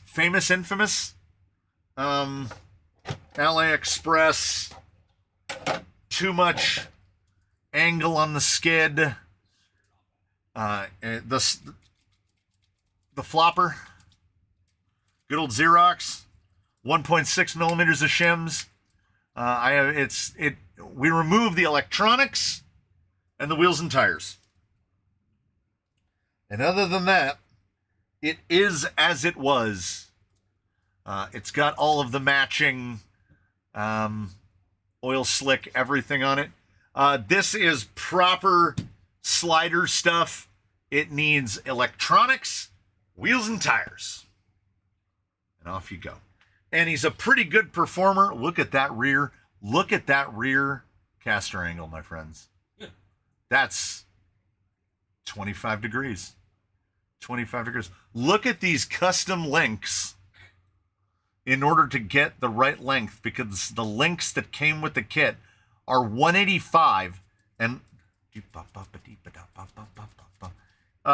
as the blind guy pointed out, if you were to put like shock O-rings or something around the ball, you could probably lessen the ability to rumba in the front. It's a hobbly wobbly boy. I don't have, and it's got Vanquish weights. There's one screw broken off in there. This is top tier, top notch stuff. I'm not saying that I'm snooty. What I'm saying is we have this multiple times. That's why it's Xerox. It's a copy of a copy. And you have a just straight black creep with about 8 stickers on it total, if you count the grill as a sticker. Chuck Hurley needs to add it to his 4-rig fleet. Now, be aware, due to the design of this vehicle, pancake outrunner only. You can get away with a full height servo. You can, but half height recommended. So I'm giving you the, what do they call it? It's not a white elephant. Is it? What is the gift that someone gives you because then it makes you, it costs you money? That's this. Because you need an outrunner and an AM32. So you're in, it's at least $90. If you go Escape 70, Secure 70 amp with the 3625, that 1800 will be perfect. You put that 1800 on there. Then you're going to need preferably a half height servo. That's another $100. If you already have wheels and tires, then solid. Otherwise, that can be another $100. It could conceivably cost you $300 to get this on the rocks. Now, you could just throw a blue case in there, right? That'll save you quite a bit. You won't care if it's scraping on the ground. But, you know, look at it the way that I don't look at it, which is this. The rig didn't cost you anything except what it cost to ship it to your house. And put parts Yeah. Well, I mean, you can't worry about the cost of the parts that you put in it. It hasn't happened yet. It's future use problem. Right. Yeah, never look a gift horse in the mouth. Okay. So we need to sort alphabetically. And then I'm going to be completely honest. Okay, I have a bunch of Roberts. The wheel remembers. So I will put Robert L5338. The email is crawlercanyon@gmail. Yes, white elephant is the term because you have to pay money to feed the elephants gifted to you. This is a white elephant then. Okay, Robert L. I have a Robert L on here. So we'll put the 5338 on there. If it's going with the wheel, then I'm also going to get in for the Xerox. Yeah, you should definitely be on here. All of the people that were on here are still on here. Yeah. So there are more people on the wheel than there are people in the chat. I'm almost, yeah, Marcus Tibbetts is there. Is Brorb still on there?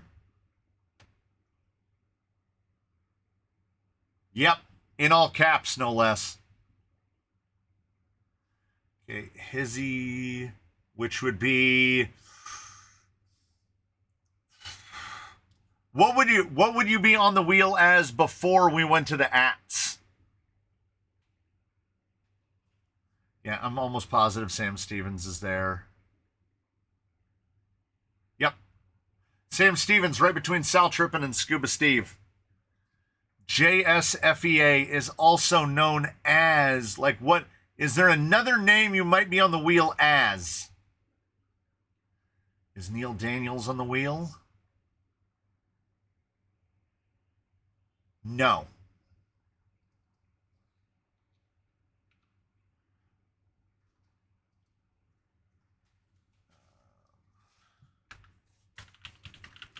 Apparently the driver got off his mount.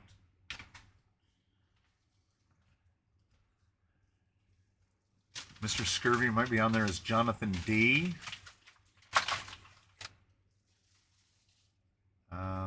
Yes. David Hiscock. Yes. No.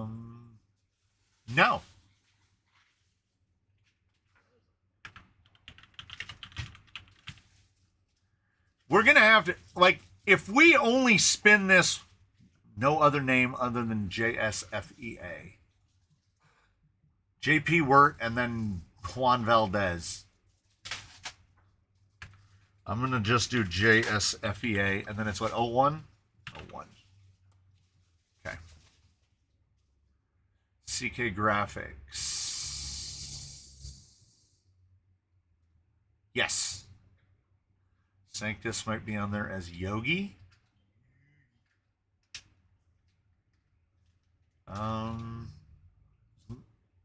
Your name here is the only Y one on here. So let me go back up to S. Yeah, hey, YouTube, this is really making it easier for me. Thanks a lot. Okay, I don't see Sanctus on here. Is it the giant wheel of names still? Oh, yeah. 136 names currently on the wheel. Aaron Schmidt should be on there. He'd be all the way at the top. And he is. He's number 2nd. 702 Vegas Steve gets put to the top because of the number.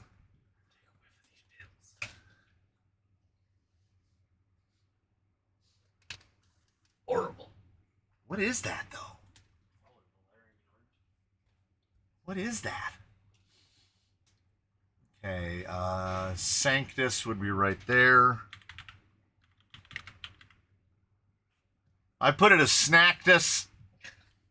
Do you have Prince Albert in a can? My refrigerator is also running. C. Doran, you get in on this by being a channel member. If your name is green, you can be on the list. There it goes. I could show you the list, but here's the thing about the list. It definitely doesn't fit on the screen. There's 136 names on it.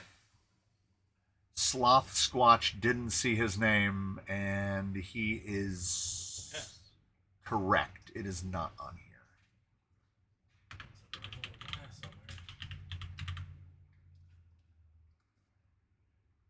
Am I on it, or can I not be because I'm gray? You cannot be on it because you're gray. Also, I don't know if you're on it unless there's another name other than Whiskers. According to mine, it says there's only 110 people watching. Now, see, when somebody does that, I just assume that means they want to go on it.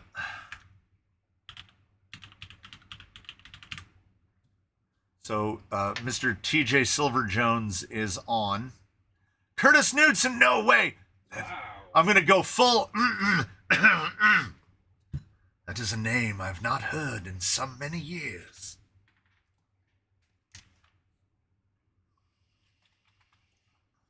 C. Doran 841 and Chuck Hess. C. Doran. Nope.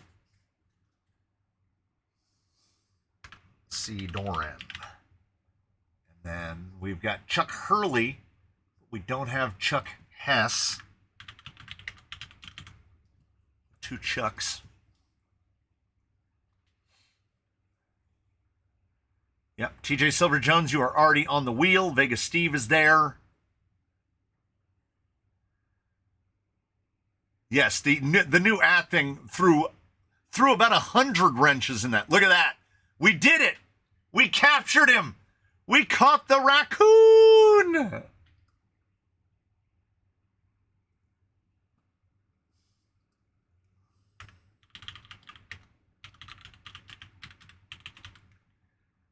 So here's the deal. If we only have to spin this once, it will be a miracle. Yeah, the usual suspects are definitely on here. Yeah, the raccoon was one of the few that had remained gray. You got Chuck Hurley, but do you have Charles Hurley? You're not getting on there twice. You're not getting on there twice. Yeah, now we can't mute him for being gray. You know who we haven't seen? The Spain Man.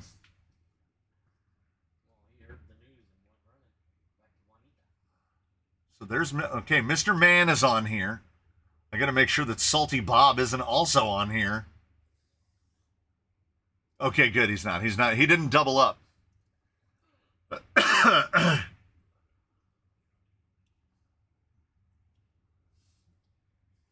almost out of water. Yes, please. They're all in the door. Yeah, Jerry the Raccoon's just ended. Where's Hugo? He's out with Anita, Conchita, Consuela, Marisol. Marisol! Yeah, you know how we do. So, odds are strong that we're going to have to spin this half a dozen times just to get to somebody that's actually Hugo out chasing cougars.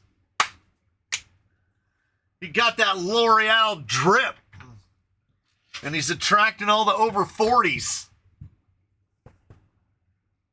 It's not Anita, it's Cantaloupe.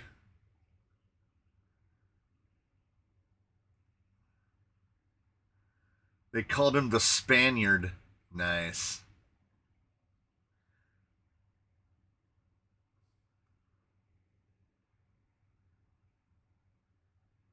The welding one is definitely on the wheel. And yet, is he?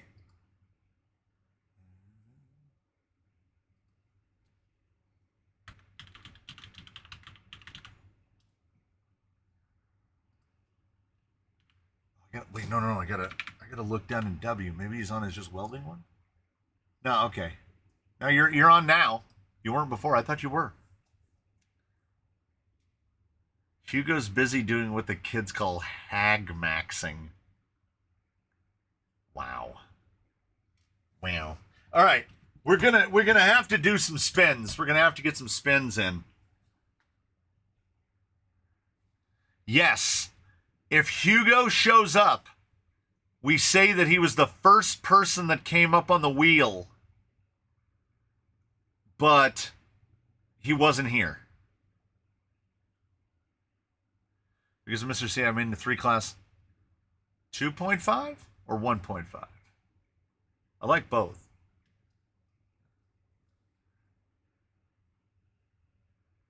All right. Let's see. Try our Discord bot. Spin the wheel directly into your Discord server. What? We might have to add the bot to the Discord. Okay, we're gonna go to split screen. I can't make it any bigger. Ah, wait, no, not yet. No.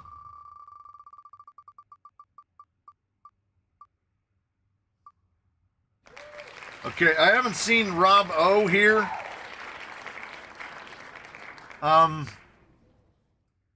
But not everybody says anything. I went to shuffle the names and then I just spun it.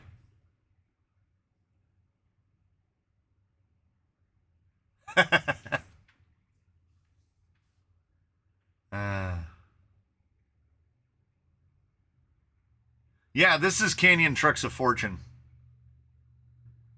I don't think I've seen Rob O here today. So I can probably just give it another zip. Yeah. Oh, I gotta go back over here. And then we'll do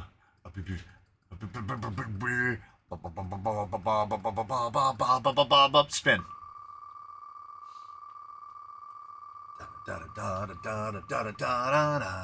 Oh! Haven't seen him today. Doesn't mean he's not here.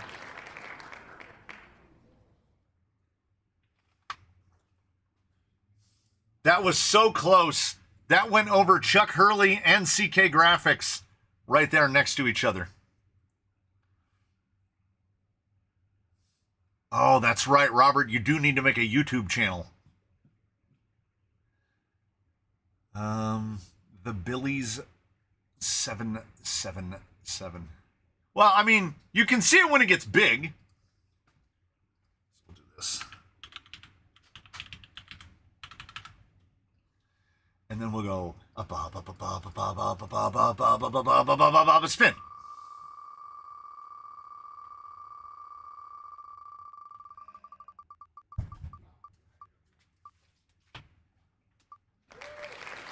Yeah, he's not here either.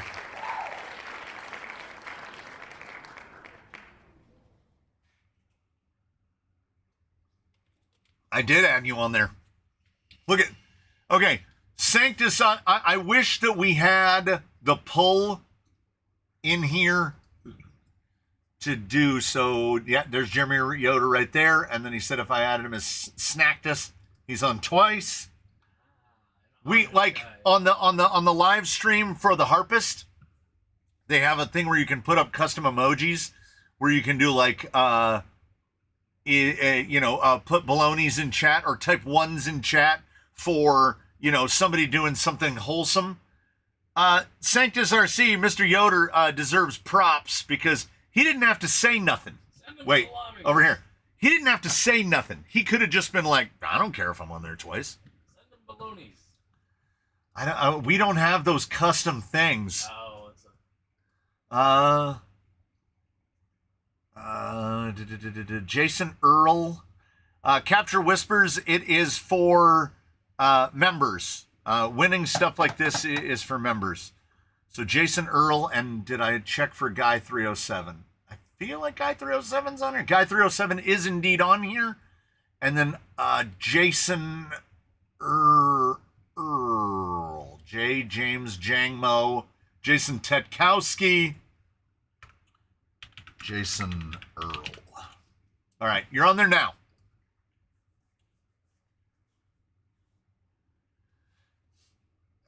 All right, so we go back to here. We go back to, no, I got to do it this way. Got to go in order. I need one more monitor is all I need. And then we go 1, 2, 3, 4, 5, 6, 7, 8, 9, 10, 11. I said we were going to have to spin it at least. Wow, those names are really, really small. Okay, that's a name I recognize. It's our man Spax. Oh, I clicked on the wrong window.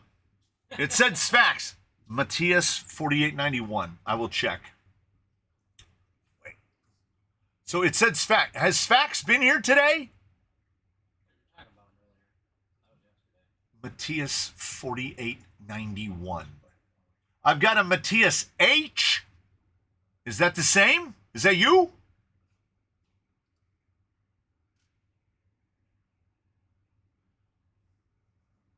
Yeah, Spax. Hey, that's me. All right. Now, but the important question is, been sanding a body, what exactly did I win? This. If you want it. It's not mandatory. We can spin again. We can spin like 16, 17 more times. But if you want it, say the word.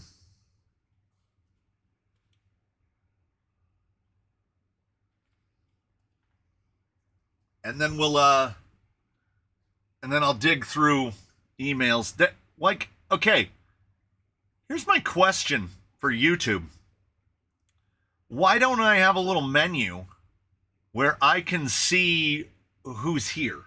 Like, why can't I see who's in chat, right? He has never had a flat chassis rig before. So at least it's going to the right place. Winner, winner. Chicken dinner. Xerox is headed off to his new home. A guy said that he was going to send me an email about buying the Executioner. The one guy sent money. The guy from Kansas sent the money for the Fusks. Okay, so the Fusks are gone. Mr. Delgado would like the Lampreys. So those are gone, and those are gone. Oh, and Sputtercrawler said he would take the Trio. Okay. Shove all that over there. Thank you, Mr. Hurley. I can see 3 dots at the top and participants. Oh, look at that. Okay, thank you. Figured it out.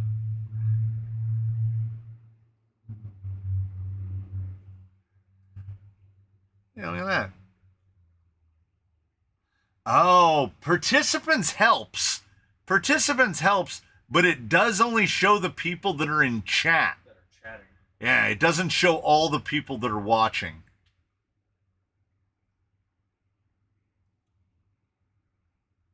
Charles Hurley got Bloopa. What is he gonna do with the 3 fake Wild Peaks? I don't know. He's got one. Oh, CK Graphics said Fossils and Hyrax.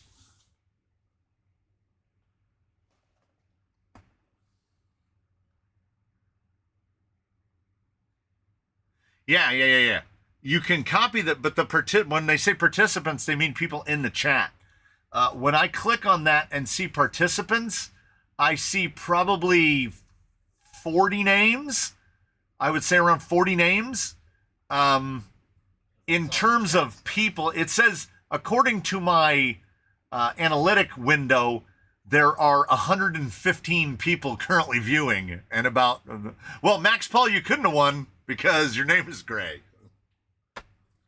So the only thing I have sitting aside are tires that I've cut all the lugs off, and I genuinely wholly understand why people wouldn't want them. But I thought they worked.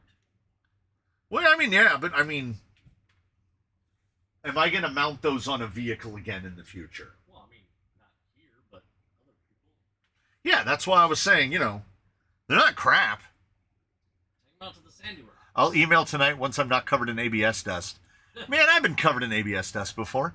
Thank you, Miata Commuta, with the Xerox, with the $20 to cover the shipping on Xerox, which I can't remember. Honestly, I can't remember where Sfax lives.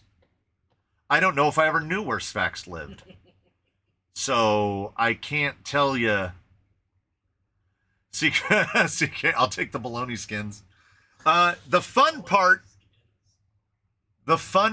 about these is that they perform exactly the same with the lugs cut off as they do with lugs on them. Did I see Irwin in here earlier? I think I did. Mississippi, MISSISSIPPI. PPI. He would be Revolt RC. Well, if he was, he's not now. I thought I saw him like before it started. The state with all the S's. Yeah. We still need to make that zombie tread with bad compound and Canyon Trail nibbins glued to it. I know. I know. But right before you made that exact suggestion, I threw away a bunch of... I had a whole Ziploc bag because I had done like 8 Canyon Trails. He's probably partying on vacation, getting smashed. I see what you did there. He already got crashed. Might as well get smashed. So I haven't asked him. Does that mean that they just kept the vacation going? They were like, get your cast on. We're going back to the beach. Why would you go home? Yeah, I mean, why would you go home? He'll never forget. Irwin is never going to forget the 2025 trip to Croatia, where he met the ground quickly off of a bike and got to ride in a Croatian ambulance. Ooh, the memorable. The free taxi. That's what we remember. Our brain remembers the great stuff and the terrible in equal measure. If it was average, you never remember the average things. I remember all my free taxi rides. Well, yeah, right. Yeah. Were any of them average? One of them was. I have Mias Nowlan's coming, so poverty might be a slider by the end of the weekend. Nice. CK Graphics. While Irwin is on vacation with his family in Croatia, they were riding bikes, and he wiped it out on gravel and went down and dislocated one shoulder. I want to say dislocated his right shoulder and broke his left elbow, or vice versa. I know it was one elbow and one shoulder, and they were on opposite sides of his body. Heading out early. Enjoy your weekend, everybody. Sputter Crawlers heading out. Don't forget to email me, peoples. Anybody who said that they want something or want something or want something, send me an email. There's no rush. It's a holiday weekend. Nothing happens till Tuesday.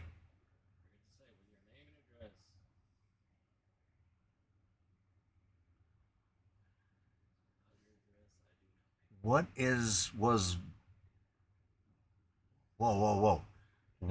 Was Black Beer ever painted? This has to be Black Mirror. If everywhere you were doing a Ghost Drive, I don't remember the paint job. Black Mirror. Which? Never had anything called Black. What one were we calling Black Mirror?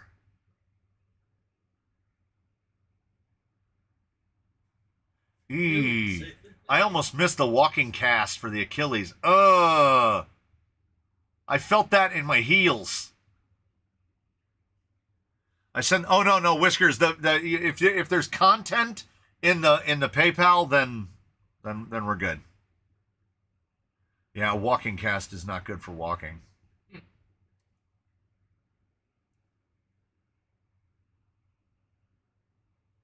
Screen name what you wanted. Your address bad order. Man, that speech to text is rough. It's like a different language.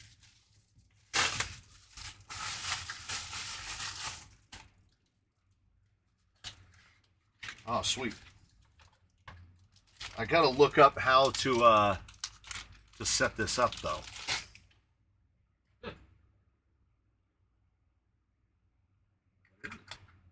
You have to go into the menu and you have to tell the camera to take pictures without a lens. Huh.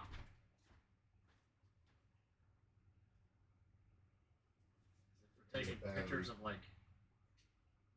documents? Well, cameras, they have to detect a lens, or they won't shoot the shutter. And this lens doesn't have any moving parts, so you have to tell it. Because my kid, I was just talking to one of the guys on the Discord. What tires do I need to order for Xerox while the A-main code is active? He's class 2, so you're going to want anything in that 475 to 5-inch range. Upgrade RC would be great. J Concepts would be great. Get something on sale, you know. Take an option to get a sale. So there's a menu mode where supposedly you can have this thing take a picture without the shutter. Like it says shutter without lens or something.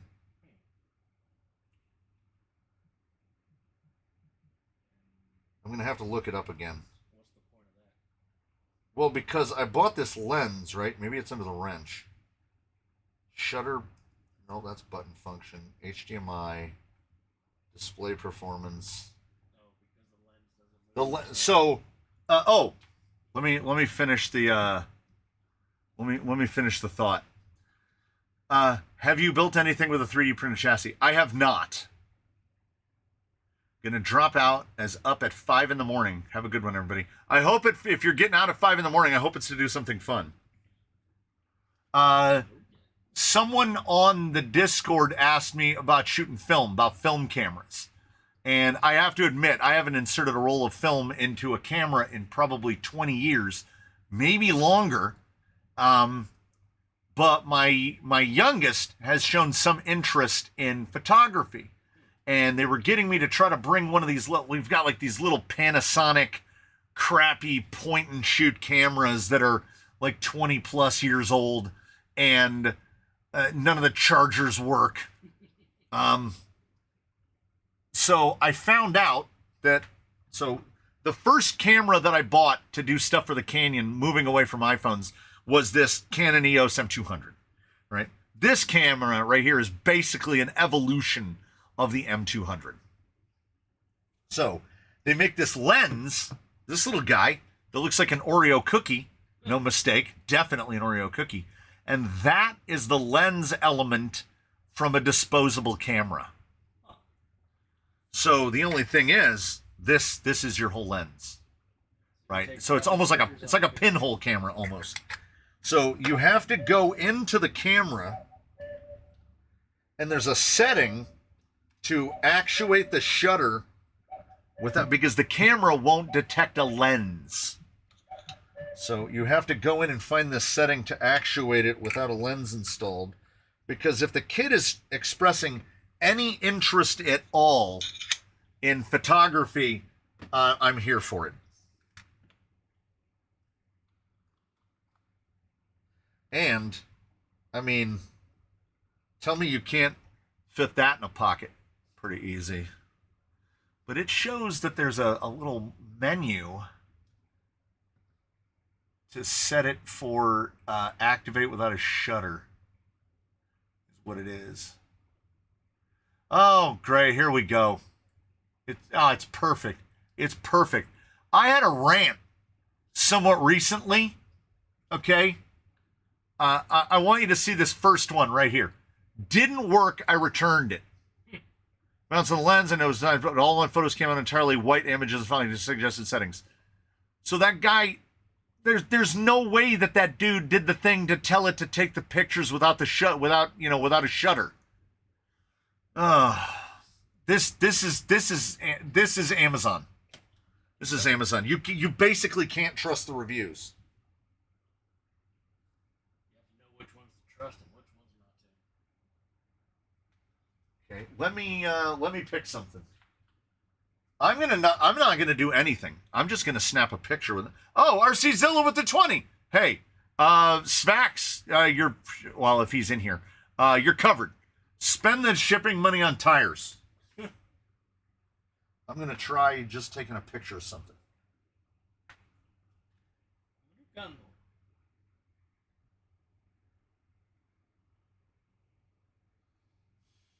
Okay, it won't click because it's looking for a shutter that's not there.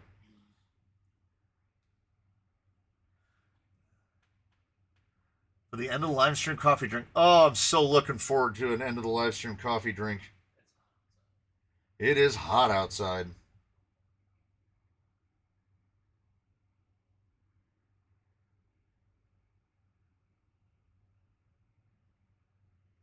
I was hoping that Irwin was still here and not out enjoying his vacation. Jeez. Enjoying his vacation. No, because I think I have all of the stuff to start my Mantis build, and I was gonna answer him. Ask him some questions.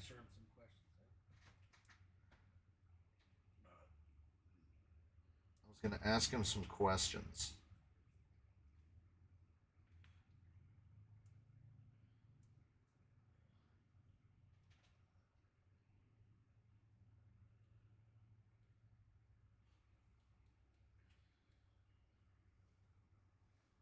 I love imagining the struggles people have with those poorly reviewed items. Yeah. Andrew is headed off to bed because it's past midnight. I just talked the wife into getting a new Canon. She's giving up on the old Nikon. It's got to be 10 years old. I still have my Sony Alpha, which has got to be pushing 20. And it is okay. I just wanted to make sure I didn't miss any. I remember reading the reviews for Veet for Men Hair Remover on Amazon. I was howling. The Mantis build, is that a Trucks of Fortune? That's definitely a Trucks of Fortune. Oh man, I don't know. Favorite straight axles? Question mark. 575 Rock Bumps Cage Buggy. They're so big. You really need to. You need a straight Capra axle or wider, like AR60, RB14. If the RB14 had steer angle, they'd be amazing, but they really kind of don't. I mean, AR60s kind of don't either, because stuff that was made from the bouncy days, nobody has made that big axle. I just default to Capras if I'm going to put a big tire on it. Trusting Amazon reviews is like handing an insane murderer a knife and turning your back. Yeah, he definitely won't hurt you. Yeah, I mean 575s, like we have all three examples, right? For class 2, class 3, and then there really is that jump when you go to 575. It's a lot of tire. It's a whole lot of tire.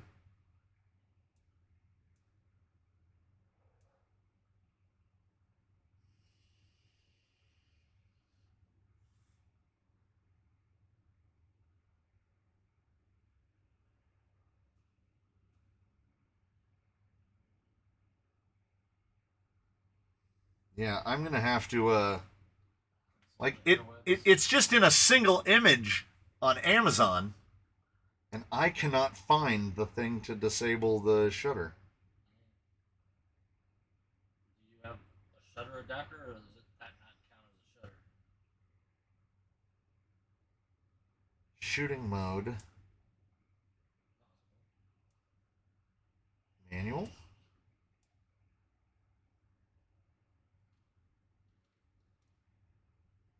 I know one was button function. Activate button without lens. Flash off.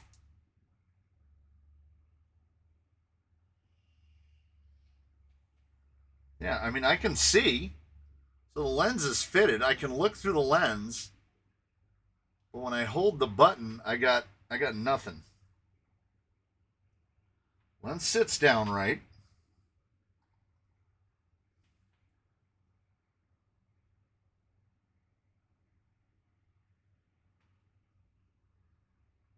Mias and Anjora have one type of big axles, Wraith size. Are those useful? I've never seen the Mias axle that's bigger than a Capra. I'm getting ready to build something that's going to make full-size 2.2 ruptures look like class 1s. That's a big thing to say, because the full 2.2 ruptures are huge. Well, I mean, they're that big. Well, I mean, Bruce makes 5-inch tall Trepadors look like class 1s, so it's not out of the question. So, speaking of the box, by the way, I yelled at my Discord, and I know there's overlap here. Some of you in the chat are also from the Discord. I yelled at the Discord because they neglected to inform me at any point that Mias has a U.S. warehouse. And they do indeed have a U.S. warehouse. Look, I don't want to dox myself. It's got a label on it. But this is what the U.S. Okay, I'm not a guy who gives a bad Amazon review, right? I want to show you something, though. This is how this arrived at my house. They just stuck the label onto the box and just shipped it in the box. They didn't put the box in a box. All 4 of these were broken when it arrived in the mailbox. So the box was actually open. My stomach dropped when I went to pick it up out of my mailbox, and it went and slid open. I was like, you got to be kidding me. If you're going to ship it in just the box, put some tape around the outside of it. But it took 7 days exactly. Which is definitely faster than you'll get them ordering from Mias over on the other part of the land. We'll find out. Someone put, Mr. Raccoon, I posted about it. I said, Anjora has one, but it has nothing but 24th scale, and I think Mias might have one. You can't yell at me for me saying it. And then there's our rear. And in the box, because I don't want to do the link dance. So I've got 120 and a 2340. Should be perfect. We've got the OD3. We've got the blank skid. I went on after payday. It was a link purchasing festival. Throw those in there. I genuinely, I do apologize, but I someone who wasn't you also posted about it. So what you're telling me is I missed it. I missed the one post that somebody didn't at me in. The important post. Look, I'm the only person on the Discord with the power to ban whoever I want for any reason whatsoever. And I want to wield that power. I want to swing it around. Is the EOS R50 any good? Yes. The lenses are expensive. What is she? Okay, what is she going to use it for? Is the question.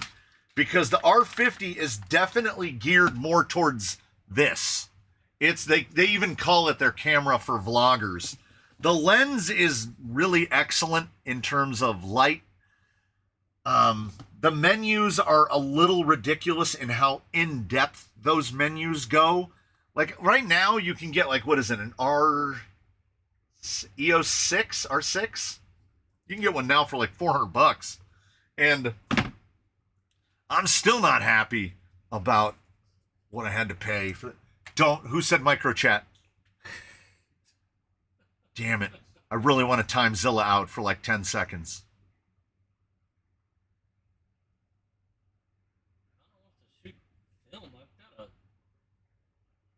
Mias USA doesn't have the full chassis with the axles. No, I don't understand. What is everybody's obsession with the bundle?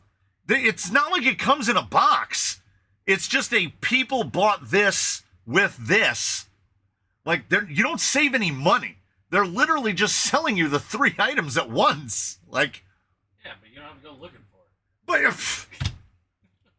it's not saving you any money. This is the only thing I would order off of Mias, because if I'm going to order nylons, I'm going to order them off of Amazon.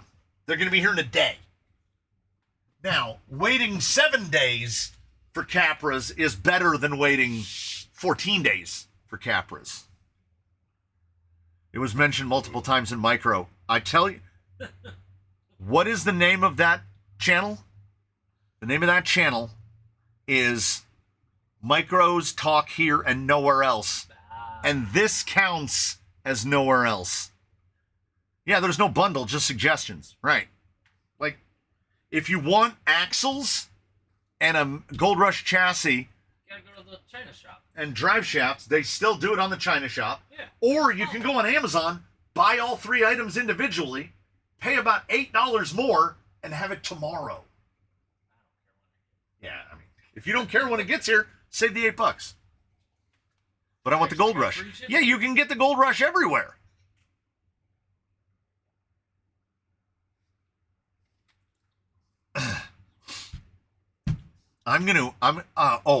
You know I can set Micro to have disappearing messages. I can set it to like 24 hours. Because that's what you guys are working towards.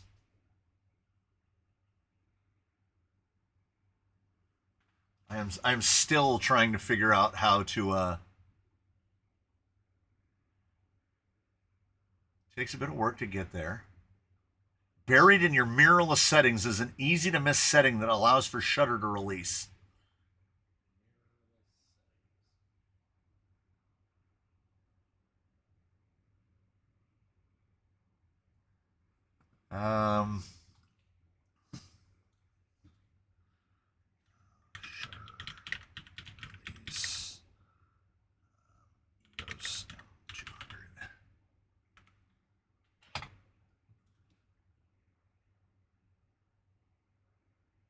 To release the shutter. Ooh, I think I found it. I went to the internet. It took you that long to go to the internet.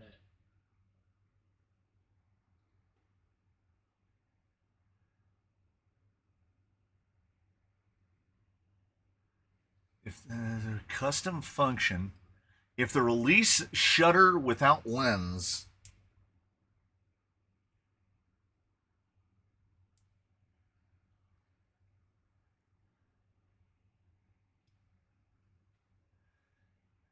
after you press the shutter button, a picture is taken 10 seconds later after your press set, then press the up and down buttons to choose drive mode. Drive mode. I'm still here. To choose single shooting or multi.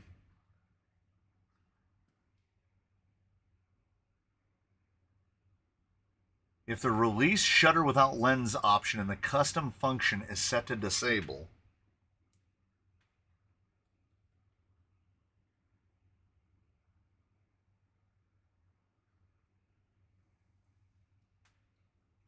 Yeah, I'm missing something. To release the shutter when a lens is not attached, please set the little release shutter without lens option in the custom function menu to enable using the following procedure.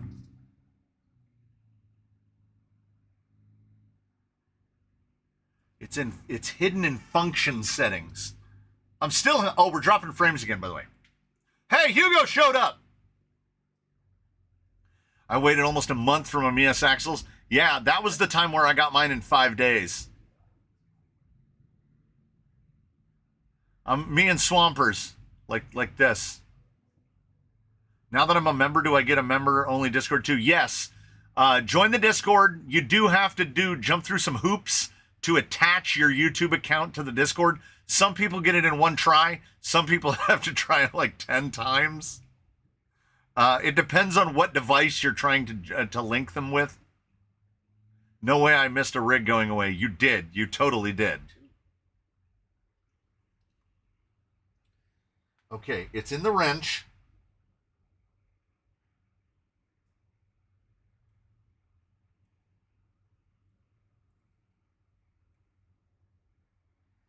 Custom functions.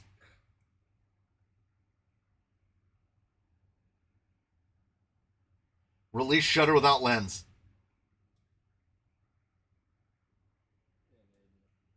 Enable.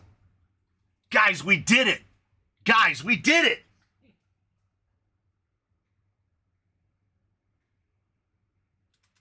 Hey! Okay. Those people on the internet, they're right. It does really capture the like old instant film camera. You have no zoom, you have no focus.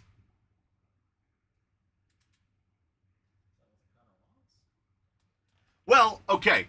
So here's the thing. So with the kid, just pointing a lens at something, I don't want to go off on a rant. Just pointing a lens at something and pressing a button, to me, isn't taking a picture. That's why we throw the Oreo on there. We put it on full manual.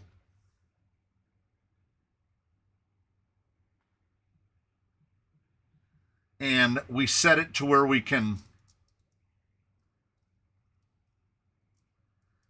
And it's on F00, ISO 40. I'm trying to remember how to move. On this camera, I can't remember how to jump from one to the other. It's not that. Nope. I've got a camera at my house.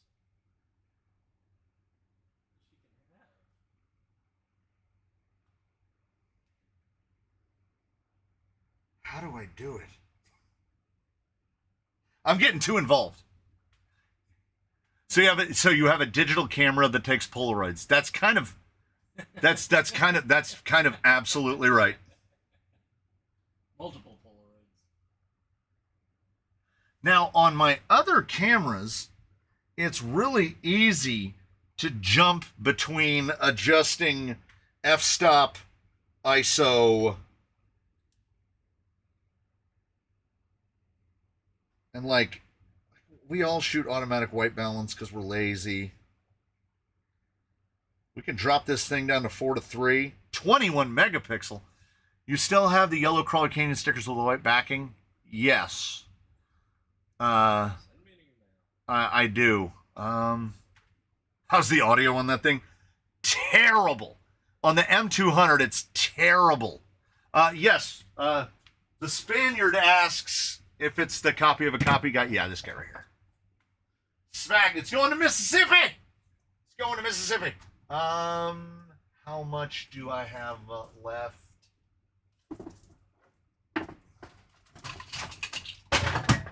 Awesome. We don't have nearly as many as we once did, but we still have a lot. Why not start the kiddo with a true film camera? Hell no! Hell no! Way too expensive. The cost is ludicrous nowadays. Shooting film is for those who are what I call in that life. I am not in that life.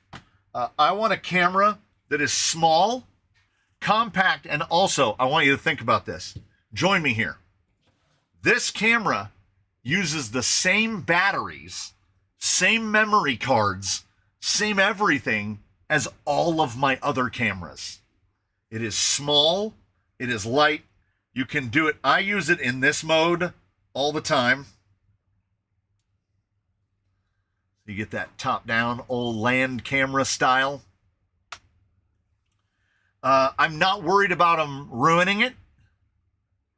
I disagree about that film is the way to learn it. Shooting manual is the way to learn it. Manual aperture, manual, full manual, and this takes away focus. And then when they get a little more into taking the pictures, I have like 4 different lenses for this body of camera. Or I can pull my big Sony out, make sure the batteries aren't completely dead, find out that they are, order replacement batteries off of Amazon. That is a full manual camera. And that's how I learned to shoot. Pentax K1000 is what I learned to shoot. But you can learn developing film. Developing film is really a dead art. It really is.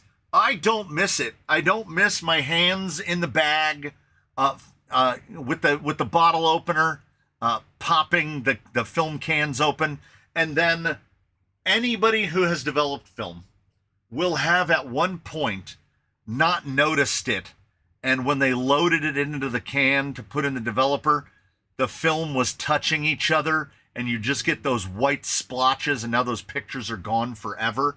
I think if you want to get somebody interested in photography, you give them something like this and you send them out to take pictures. And they take their pictures. Like, see, I got it nice and blurry. You send them out to take their pictures and there's no...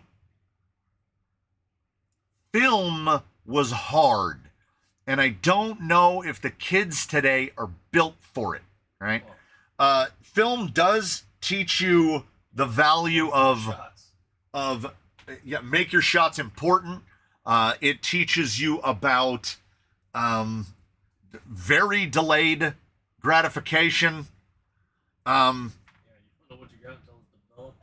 know how to run a developer. I know how to develop photos. I know how to run an enlarger. I know how to burn in a photo. I know how to do all of that stuff. Yeah, you do it on the computer. Yeah. It's called Photoshop. Yeah, you do it on a computer now.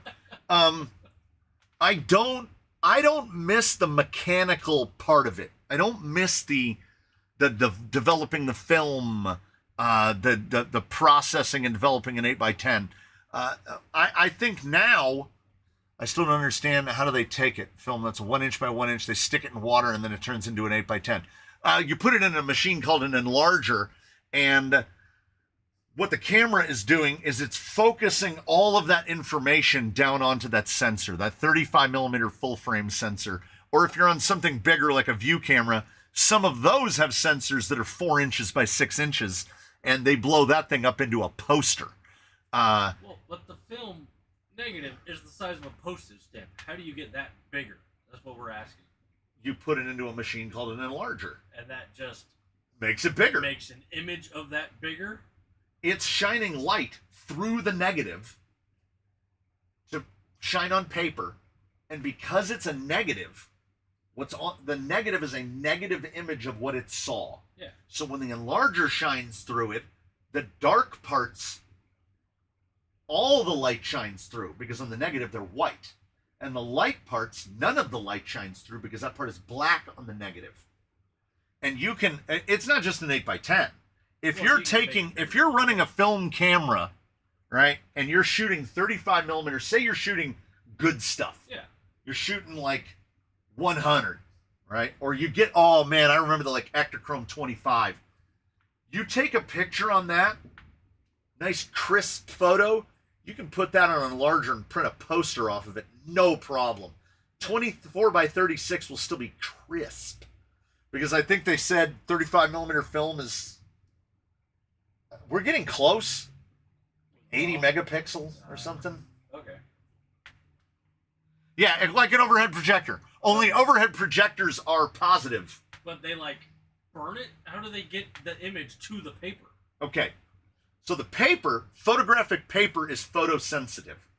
So light is basically burning into the paper. Okay. Right? So the amount of time that you shoot the light from the enlarger onto the paper is going to determine if that picture is overexposed, underexposed, exposed properly. And that is also determined by whether or not the film itself was overexposed, underexposed, or exposed properly. So we used to do what was called bracket shooting. By film exposing, you mean when you took the picture. No, when you took the picture, oh, if the was there too much light? Was there enough? not enough light? Now you can work through that. If there's a little too much light coming through, you can work through that with the enlarger. You can fix a negative that isn't perfect. By not exposing. It's manual Photoshop. Okay. Okay. Makes sense now. I'm with Hugo. Too smart for me. Do they have it in smaller? Yes. Yes, they do. It's called microfilm and microfiche. They absolutely have it in smaller. Yeah, and it depended how long. You had to know how long your paper went in the developer, and then you had to pull it out of the developer, and you had to put it in the fixer, and then you had to pull it out of the fixer, and you had to put it in the wash. Otherwise, it would keep developing. And then you had to hang dry It's crazy. It was crazy. When I think back to those days, when I think, oh my God, my cane came out. When I think back to the days of shooting on film, and my grandfather used to have those Polaroid 110 land cameras, like this is great, is what this is. Like, you can just rattle off pictures all day. Take as many pictures as you want, because my kid with a digital camera, I've seen the memory cards. Half the pictures are out of focus. On automatic cameras. You're doing work to get an automatic camera out of focus. Yeah, and the whole time your nostrils would burn. Yeah. My developing setup that I had at home when I was in community college was in my closet. I would develop in my closet. And you would come out of that closet and hey, man, like, everything's cool, right? Like, what's going on? Yeah, buddy. I genuinely, I'm glad that it happened. But the important stuff about photography, as far as I'm concerned, are the fundamentals. Learning to shoot manual, learning how shutter speed and f-stop determine depth of field, right? Learning how to bracket, learning how to frame a photo, learning the rule of thirds. Do you know how many pictures I see on places like Instagram and worse, places where people claim to take pictures? Taking a snapshot is easy. Pick an interesting subject, take a picture of it. But framing a photo, sometimes I feel like I'm losing my mind. And when I'm setting up to take a photo and I'm thinking about the framing of it, I'm thinking about the proportion of foreground, subject, and background, I'm starting to think that 99% of people never think about that at all. They point the camera in a direction and they press the button. Well, we all know that 99.9% of photographs come off of these. So the fact that my kid shows any interest at all in having a camera is great. So I will support it in any way possible, as cheaply as possible. If the kid comes to me and says that they want to start shooting film, I will go Get a job. Get a job. That's what I had to do. That's how I did it. Yeah, shooting. Now, mind you, this is 35 years ago. So shooting film then was expensive. It has not gotten any cheaper now. And as I said, we've got memory cards. I think this one has one in it right now. Sure does. Send to Walmart and print. There's already a card in here. There's already... I have all the batteries. Sounds like you might have an intern need to make some money. Yeah. How was there so much talk about with photography? Well, Mr. Hurley, I don't know if you've been able to discern, but one of the main aspects of this, where you are right now, if I didn't enjoy all of the parts about it, if I didn't enjoy this stuff, which we can do, if I didn't enjoy this part, if I didn't enjoy the microphones, hey, what's going on? If I didn't enjoy all that stuff, the editing, I wouldn't be doing it, right? This is an all-inclusive. This is an all-inclusive thing, and it's the reason. Let's be real simple and plain about it. It's the only reason I'm still here right now talking to you right now. And that is because this hobby is a prism splitting light, right? We've got building toy cars, working on toy cars, buying new toy car stuff, and reviewing toy car stuff.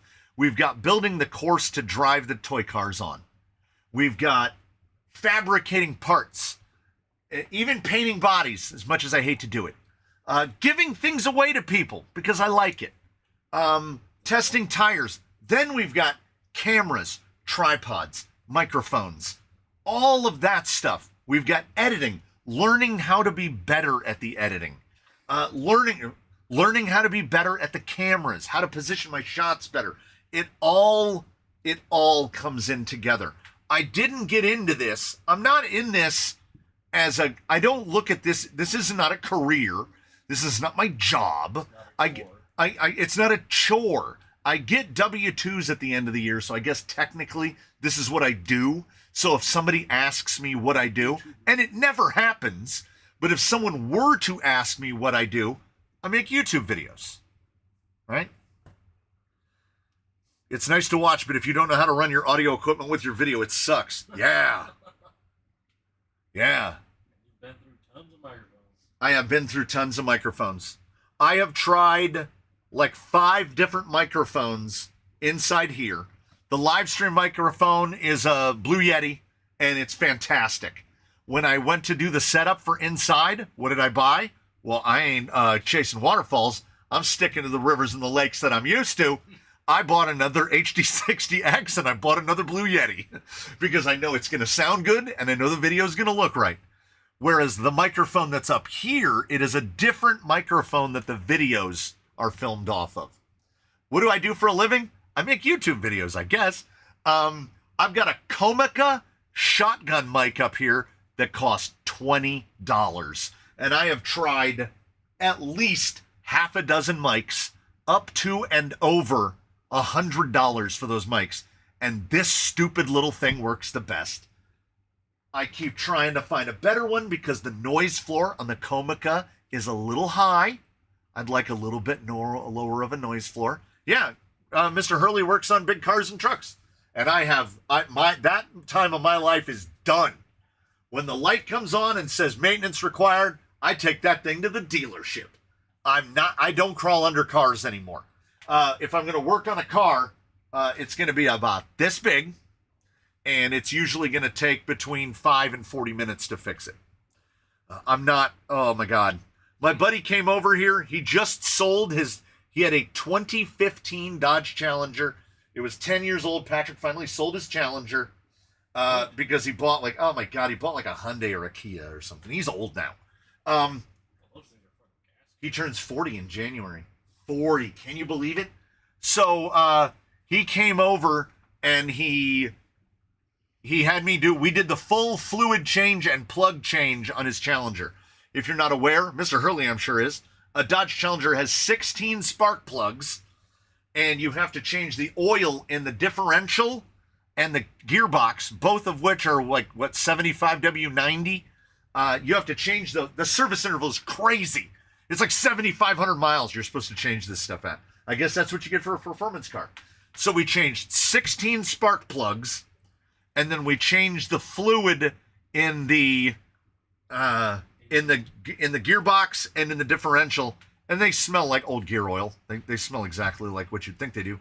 And we spent about 3 hours out there, and I was like, I can't do this anymore.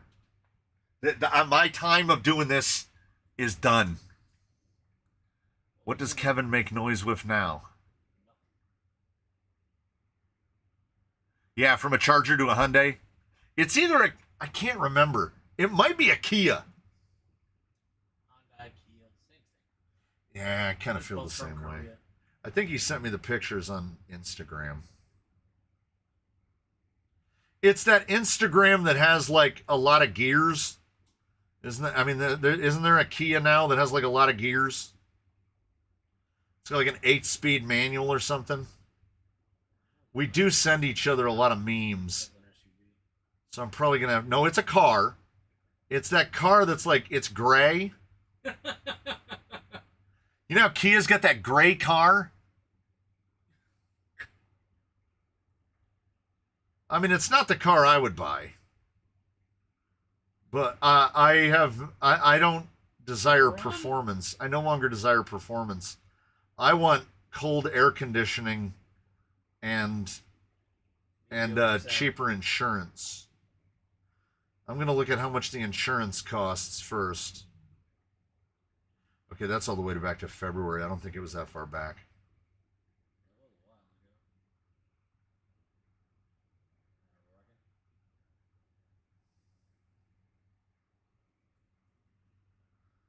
There it is. No, it's a Hyundai. It's a Hyundai. Whatever that is, it doesn't have plates on it, so I'm not doxing him or nothing. Whatever that thing is, I don't know what it is. I don't know Hyundais. Mr. Hurley, being the mechanic. The mechanic might know. No.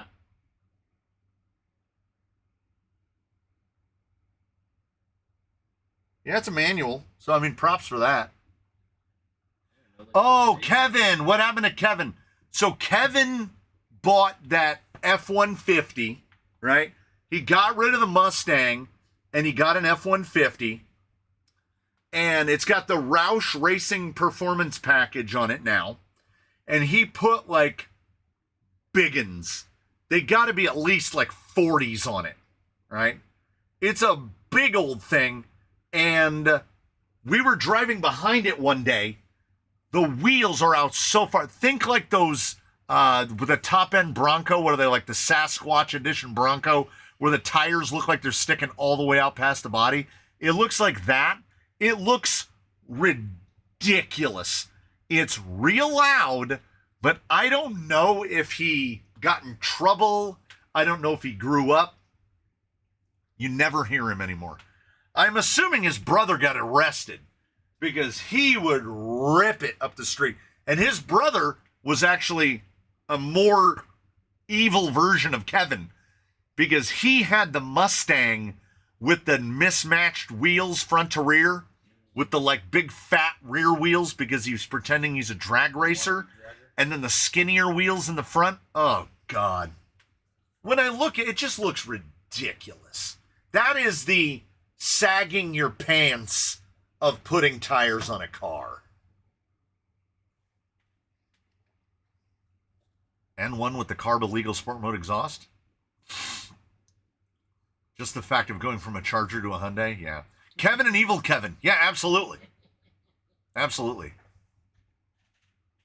I finally got a truck I can crawl under and I don't crawl under it. That's the way, I mean, you know, at a certain point, you're just like, over it. Over it. What is this? Oh, it's the kid's sketchbook. The kid's doing TikToks. So I'm not going to suggest anyone subject themselves to TikTok. At least it wasn't super cambered out.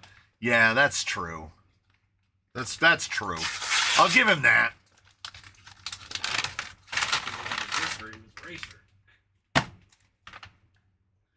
Now, in between the time that I measured a drive shaft to determine which. I think it's Blue Sky High. I think it's Blue Sky High. There's two over there next to each other. No, I already did all Oh, those. you did This is more drive shafts yet. Nah. You're behind the curve. I know it's been a week since I've been here. It's been a week. You don't think I've already changed out 8 drive shafts? I don't know how long stuff takes to come. Be realistic. I know how lazy you are. Stop being a noob. Blind guy's being a noob. Did you see the post I did on the cord of the new spare tire? Yes, I did. I did. That's pretty sweet. I would put one on Nigel and Shayla. I gotta stick with my. Well, I don't know. Maybe I don't. I might mount 3 of those. I would mount at least 2. I should have rotated that before I took that screw out. So, I've mentioned before, and we'll mention it again because we're all here together. I love Vanquish stock plastic drive shafts, maybe above all other drive shafts. These are my favorite. The problem is, when you're setting up a vehicle, you use up, when you're setting out a vehicle like once a week, the next thing you know, you're running out of drive shafts. You get about cut to length. And I don't like cut to lengths. They're not my favorite because a cut to length gets cut to length once. Once it's cut, you've made an absolute commitment. So when I'm building up a rig, I like to use the Vanquish specifically because they have. Why Vanquish, you ask? Because they have the greatest. You can build the longest drive shaft with their plastic bits. So what I did is, frivolously throwing around that AdSense money, I went to Amazon and I bought, all total, I bought almost $200 worth of Mias drive shafts and about $200 worth of links. That's what the money goes to around these parts. And I went around to rigs that are definitely like done, right?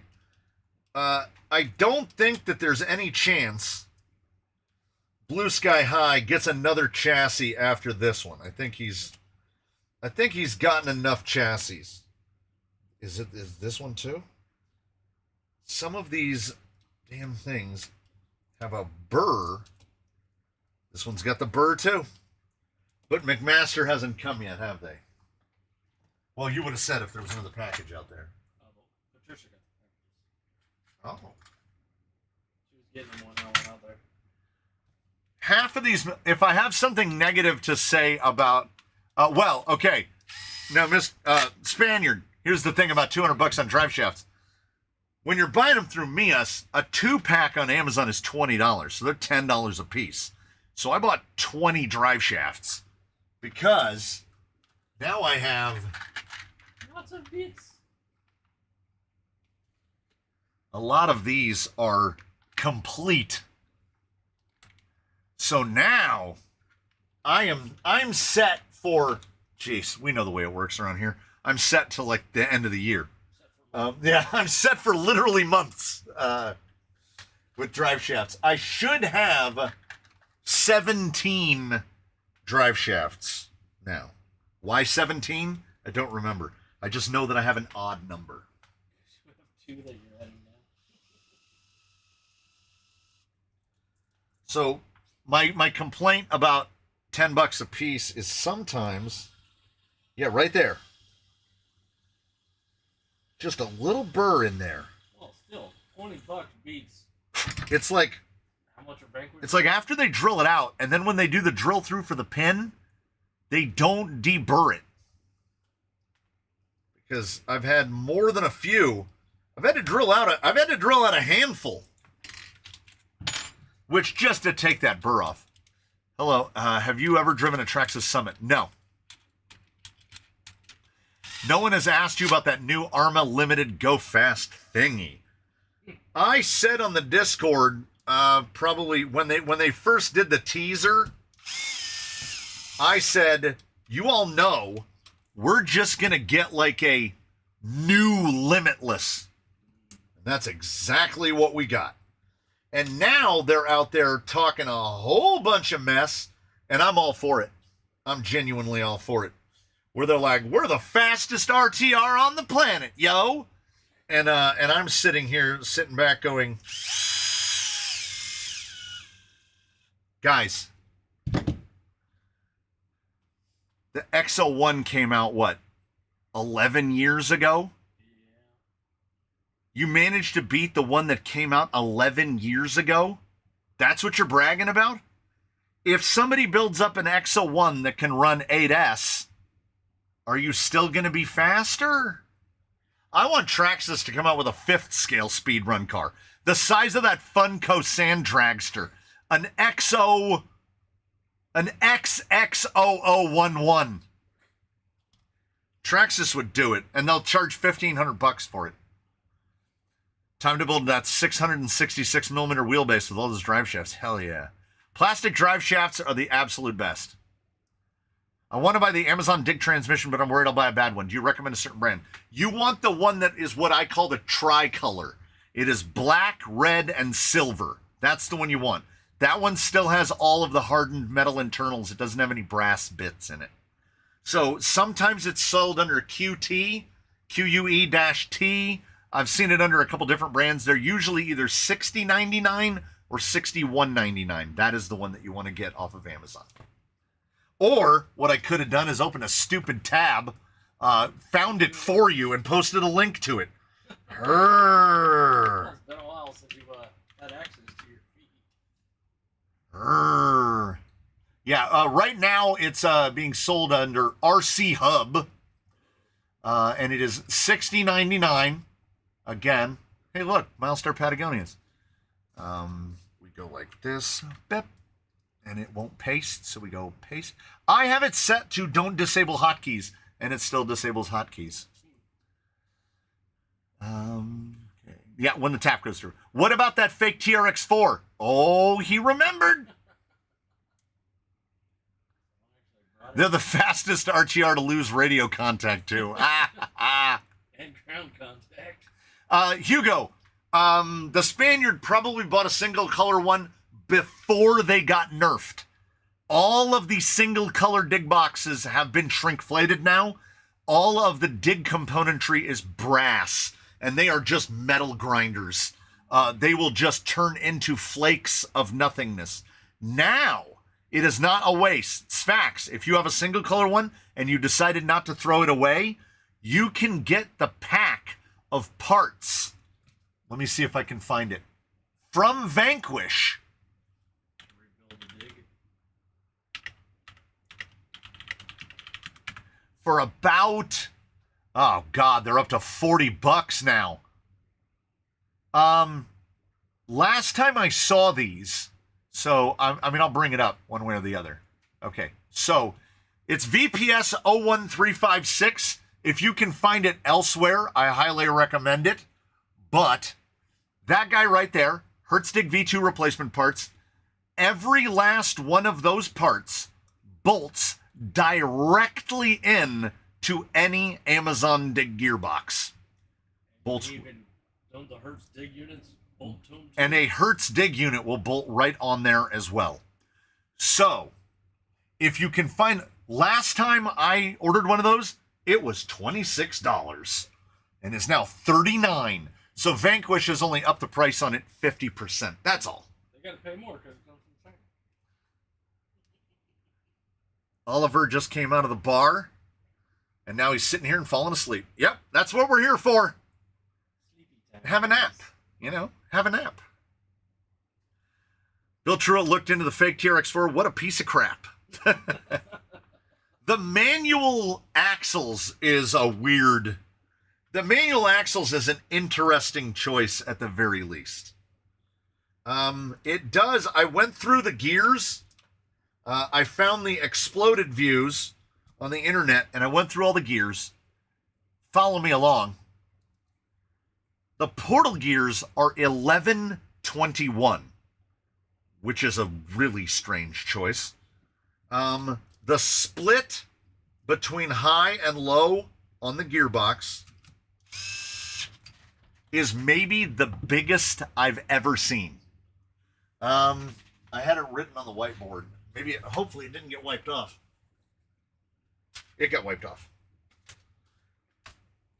The differential, it's in my head. In my head. I want to say that in low gear, 62-1 final, pretty good. And in high gear, 29-1. That's like 110%. That's even bigger than the Traxxas split. They are 1134 gears in the pumpkins, but when it comes to that, it's a Yikong, right? When it comes to that Yikong, there is one absolute irrefutable deal breaker for me, and it is this: the axles are clamshell. So to take something out, you have to disassemble the entire axle. Every screw has to come out. When I see a clamshell axle, I go, no, sir, I don't like it. It harkens too much to Red Cat Ascent axles. You could buy a used TRX4 and come out better than buying the fake one. 100%. 100%. Because also, 1121 Portal Gears? What are you guys doing? What are you doing? I mean, I know that they're obviously guarding themselves from Traxxas. Well, what's a sport kit cost now? $329. And what's one of the Econs cost? $229. Yeah, $100 more, you get a... Yeah, well, a lot of people, there is a certain army, there's a particular army, and you might know what I'm referring to without saying it directly, that think that saving $100 at time of purchase is reason enough. But you don't save any money buying a lot of these vehicles, because they're not worth what they're paid for. Do I have to gotta drill this one out too? Get that little burr out.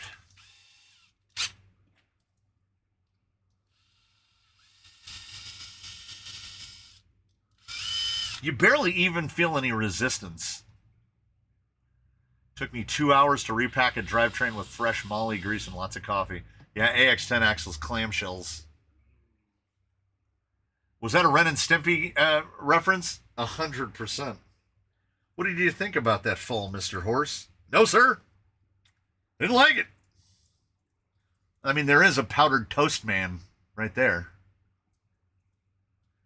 Sometimes I feel like Ren and Stimpy couldn't have happened. Yeah, it was one of those... Like the Royal Canadian Kilted Yaxman couldn't have actually been a thing. It's yak shaving day. It couldn't have actually been a thing that happened, but I love to see that the kids today are discovering it. Well, it's on Paramount. If you want to watch it.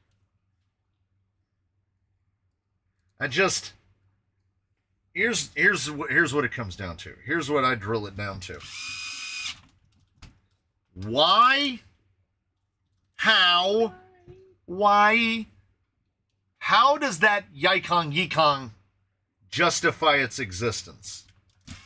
I've seen a couple like blurb, pre-reviews from guys that are like, oh, this is a TRX4 killer. Oh, this is the best thing. Remember when they invented sliced bread? This is better than that. And I'm like, oh my God, shill harder. Okay? There are videos that you haven't seen yet. But let me tell you a little hint, insight into that content, right? It goes a little something like this. Say you are a tire. You got to get in the mind of it. Get in the mind of it. You are a tire. Okay? T-Y-R-E. You are a British tire. Okay? Is it George Carlin? A comedian, had a bit about just because you're unique doesn't mean you're useful. Okay? And that's true. That is inestimably true. Okay, if you're a new tire. Neil Daniels is a tire. For this, he can be this one right here. He's a tire. When you come out into the market of tires, what are you bringing that everybody else doesn't already bring? What are you doing? Okay. Now you're the tire and you come into the room and you're up against this tire. Well, you're more scale sized. Okay. This is a proper class 2. You're offering something. You have a more chevron tread pattern. You're offering something. I keep seeing tires that keep coming out, and I'm not specifically talking about scale tires. So we're not talking about anything that says Mickey Thompson on the side or BF Goodrich or any of that. They're going to keep churning out scale tires forever. And it isn't even necessarily about grip, because we've already seen somebody has established 15 years ago that you're probably not going to outgrip a Sedona or a Panther Cougar or a Losi Rock Claw, or nowadays an LP Megalithic, an LP Rupture. There are these tires that they've already got grip covered, right? Look at the tires that came out from Upgrade RC, the Razor Wire and the unfortunately named Rock Claw. When we're looking at the Rock Claw right here, that's like reissuing a social security number. It already exists. It's right there. So when you get that new tire, those Upgrade RC tires did great. I would say the Razor Wire, which is right over here. Let's fill the bench. Time to fill the bench. The Razor Wire brought something to the table because it's kind of a weird size. It even says on the sidewall, 5.00. It's a 5-inch tall tire. So you're in class 3, but maybe your setup, maybe because you're on portals, you don't want to run a 5 1/4. So you want it just a little bit shorter, because I have definitely noticed out there when driving that 1/4 inch makes a big difference. That's what she said. So there's a reason the Razor Wire with its paper thin sidewalls, of the new tires that have come out recently, Upgrade RC did a great job with both of them. The Louise 6 gear, great. To improve the dismal gearbox on my 10.3 Gladiator, would you do Stealth X, XF, or Amazon Tricolor? If whatever body you're running will clear, if you want to retain dig, get a Tricolor. If you're not using dig and you're using it more for trailing, the Stealth X would be the choice, because it's going to be dead silent and effectively maintenance free. If you have something that drops low and you don't have the clearance, you can install the Amazon forward motor mount with Creeper T gearbox, like what I did in a 10.3 previously, the one that went to Israel. I did that on that one. It takes a little finagling to get the front motor mount in there, but if you don't have body clearance issues, if you're running just like a normal body, then my answer is almost always Stealth X. They're so good. What other gearbox, because a Stealth X frees you to run whatever axle you want, because you can get up to 25% underdrive in the gearbox. And it doesn't force you to commit. You can set that thing up 18% and then decide, oh, I want to put it in my trail rig, so I only want to run 6.5, or I only want to run 12. Then just swap the gear inside and run it like that. You want to run it this way? It can do that. You want to run it with the motor to the front? It can do that. Wherever you need to fit it, a Stealth X will help you out. It's not the lowest center of gravity gearbox, and I don't care. It's not the lightest. It is the most versatile. If there was a direct bolt-on dig module for it, what a world. What is the perfect wheelbase for an optic to max out performance on Mias Capros?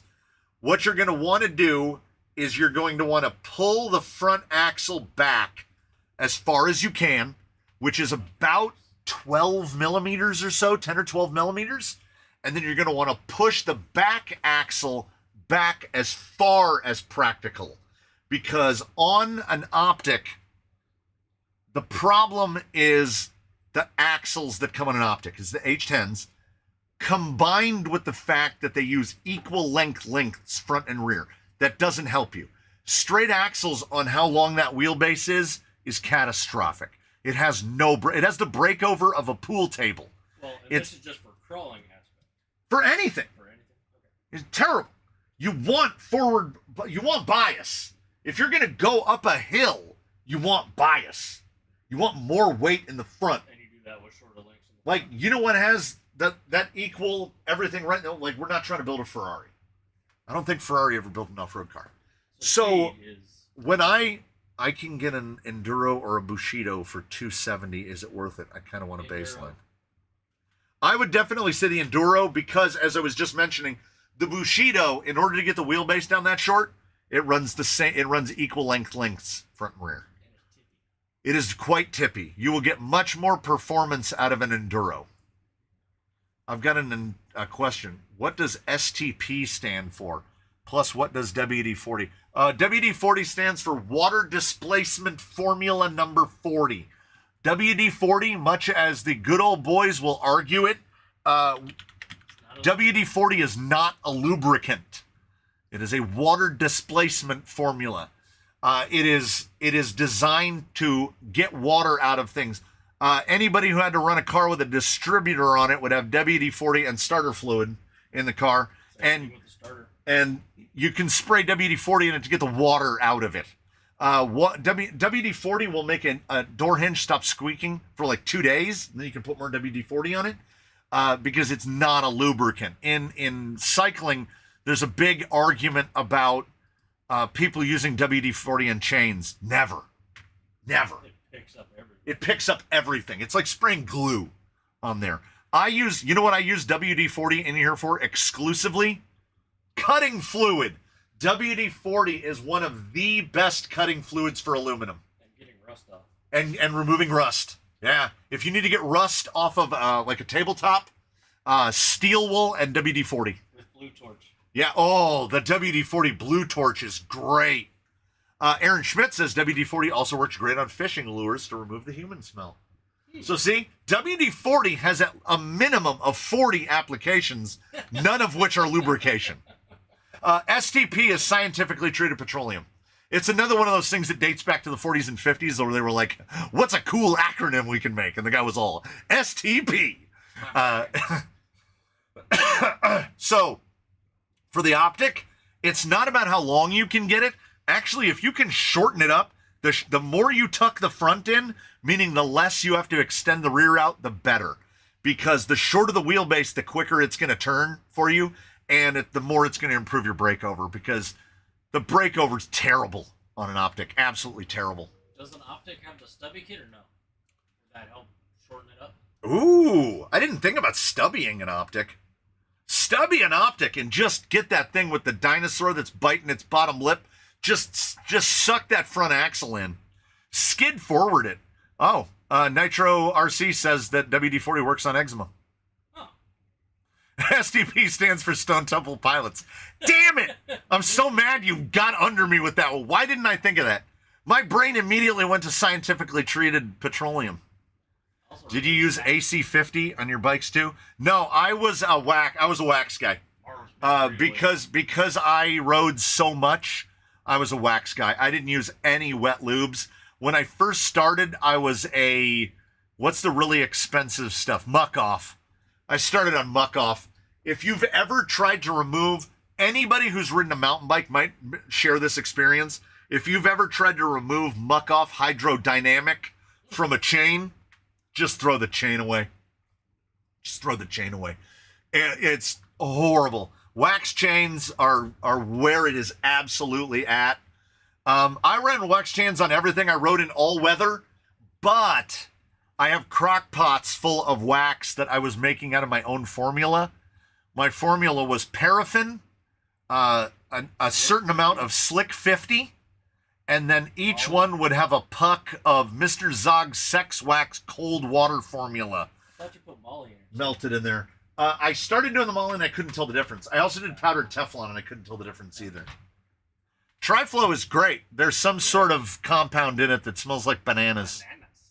Just like the stuff that I use for decals, Repitac, smells like waffles. Yeah, I don't know what's in there. Waffles? I get an OD3 with motor really far forward and optic works well. Yeah. Nice. Don't lie, we all know it was just your earwax. I mean, a little bit of earwax. A little bit of What earwax. falls in the crock pot falls in the crock pot. Good old Bow Shield. Did somebody say Bow Shield? Good old T9. You need your collective gloop tub to proper warm and get it into the chains. Yeah, you go to around here. What do you guys call them? What do you guys call consignment stores over there? Like we have Goodwill and Salvation Army. Thrift stores? So thrift stores. I don't know what they call them like in Fire Europe. and dime? Five and dimes. So when you buy a crock pot, a slow cooker, a lot of them come with these tiny little crock pots. Nobody uses those. They show up in thrift stores. The most I've ever paid for one is $5. And I have 3 of them because here's how I would do chains on a bike. There's a chain on the bike, and the chains are not inexpensive. Usually you're talking about $40 for a chain. So I have a chain on the bike. I never even cleaned my chains. I had from IKEA little sifters for probably for getting stuff out of fryers, and I would bend the handles so they would fit into the little crock pots. And I would take the chain out. I would take the chain off the bike, put it on the little thing, and inside the crock pot is another one of those which has had the old chain in the wax.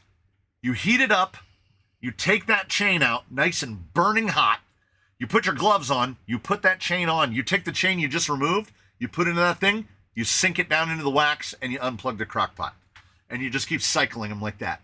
And then you got your chain checker tool, you got your chain checker, and when your stretch starts to get too much, which isn't actually stretch, it's wear. When your wear gets too much, you toss that chain, you add a new chain into the cycle, and you're just constantly cycling chains on your cycle. And because I have 3 bikes, I have 3 crock pots, and I was always cycling chains. And now, I don't know. I'm going to get on a bike again at some point. I don't know when that is. I haven't felt the call. That was your fault. I bought all new. I haven't felt the calling. Shouldn't be here. The most you were talking about candle wax warmers, but like the old ones that were just mini crock pots. Yes, but these are actually mini crock pots, probably 5 inches around. They're made for dips. About that, yeah, made for like dips, for like cheese dip or whatever. Mine should never ever see food because they've been filled with wax and Slick 50 high mileage formula. Molly, Teflon, And Molly and Teflon. Well, I definitely learned. I bought a big sack of powdered PTFE and then found out that that's really bad. When you open the bag, particles will come out so small and they right in you. Oh, they're in me now. Those forever plastics are in me. Put a hot wax crock pot out at your Super Bowl party. It'll be a hit. Hell yeah. Brother.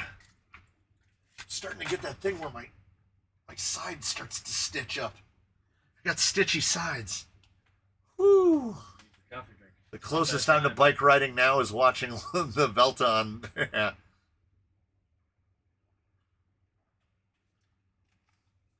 Going to start a crawler bike ride carrying 18th scale crawlers to upstate New York on gravel bikes. Some sort of harness that straps to your back. Well, they make backpack. They make RC backpacks. No. Yeah. I would do it. I would do it. And take it to the next level, man. Take it to the next level. Get that old school dynamo that like presses up against the side of your back tire and hook your charger up to that and charge your batteries as you ride. Charge your transmitter batteries. Yeah, I don't know. The bikes are sitting over there taking up space and I'm just waiting. One day I'm going to get up and I'm going to have that itch. And it's going to be like, well, get out there and then ride, idiot. And I'll do it. I've held my crawler on my racket. I've honestly thought the cycling, the RC backpacks, which I have no reason to buy one, or don't I could get my Ritchie set up, ride over to the flood control, drive around, put it back on my backpack, and ride home. Even so, you don't have to carry it if it breaks. Yeah. I think I'm talking myself into it. 6-volt, 6-watt dynamo will happily charge your USB powered stuff. He's got one on his fat bike. Heck yeah. Just get a regular hiking backpack. I had my Mantis in last weekend for a hike and drove my trail truck up. Ah. So backpack large enough to fit it? So, like, do you put crawler in the backpack? Like a skate pack with straps. Or like a skate pack with straps? What are we talking about? We might need pictures in the Discord. Anybody who's also on the Discord, if you have a backpack for your RC vehicles, put them on the Discord. So yeah, since the very beginning, we've only dropped 700 frames. So it really straightened back out for us. I used to watch the Paris-Roubaix for the crashes, but that's about it. I mean, everybody watches the crashes. Ask him if you need a backpack like this. Yeah, we need like loops to go on the axle. Oh, some of them are Velcro. Yeah, like if those straps went the other way, it would work. So, That's the skate backpack. anymore, my balance is so bad I can't even walk straight. I feel that way sometimes. The VRD carbon goes in the helmet holder on my Osprey backpack. Oh, there you go. Now I'm thinking about it, because that'll get me to put some new sealant and air in the tires on the Ritchie, and a new battery in the power meter, and then take it out. Give you a reason to go cycling. Used to carry a Tamiya Fox in a rucksack riding a Schwinn Stingray. Oh, Svax does make an interesting point that he's got the Protec backpack and it works well for hiding that you're sneaking a new rig into the house. I don't have to see if you want to talk about different ends of the spectrum. Not only do I not have to hide it, I've built her 3 now. She requested 3.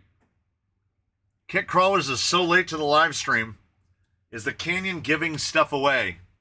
Oh, yeah. Oh, yeah. Yeah, we did. Mississippi is getting... The Xerox is heading down to Mississippi, his first flat rail. It's light, too. You will genuinely be surprised, MISSI, when this arrives down there, because it's a lot of metal. There's a lot of metal, and it is not heavy. You can, how much you want to attend to that is up to you. It's quite smooth. If you can turn the whole drivetrain from 1 hex, it's doing all right.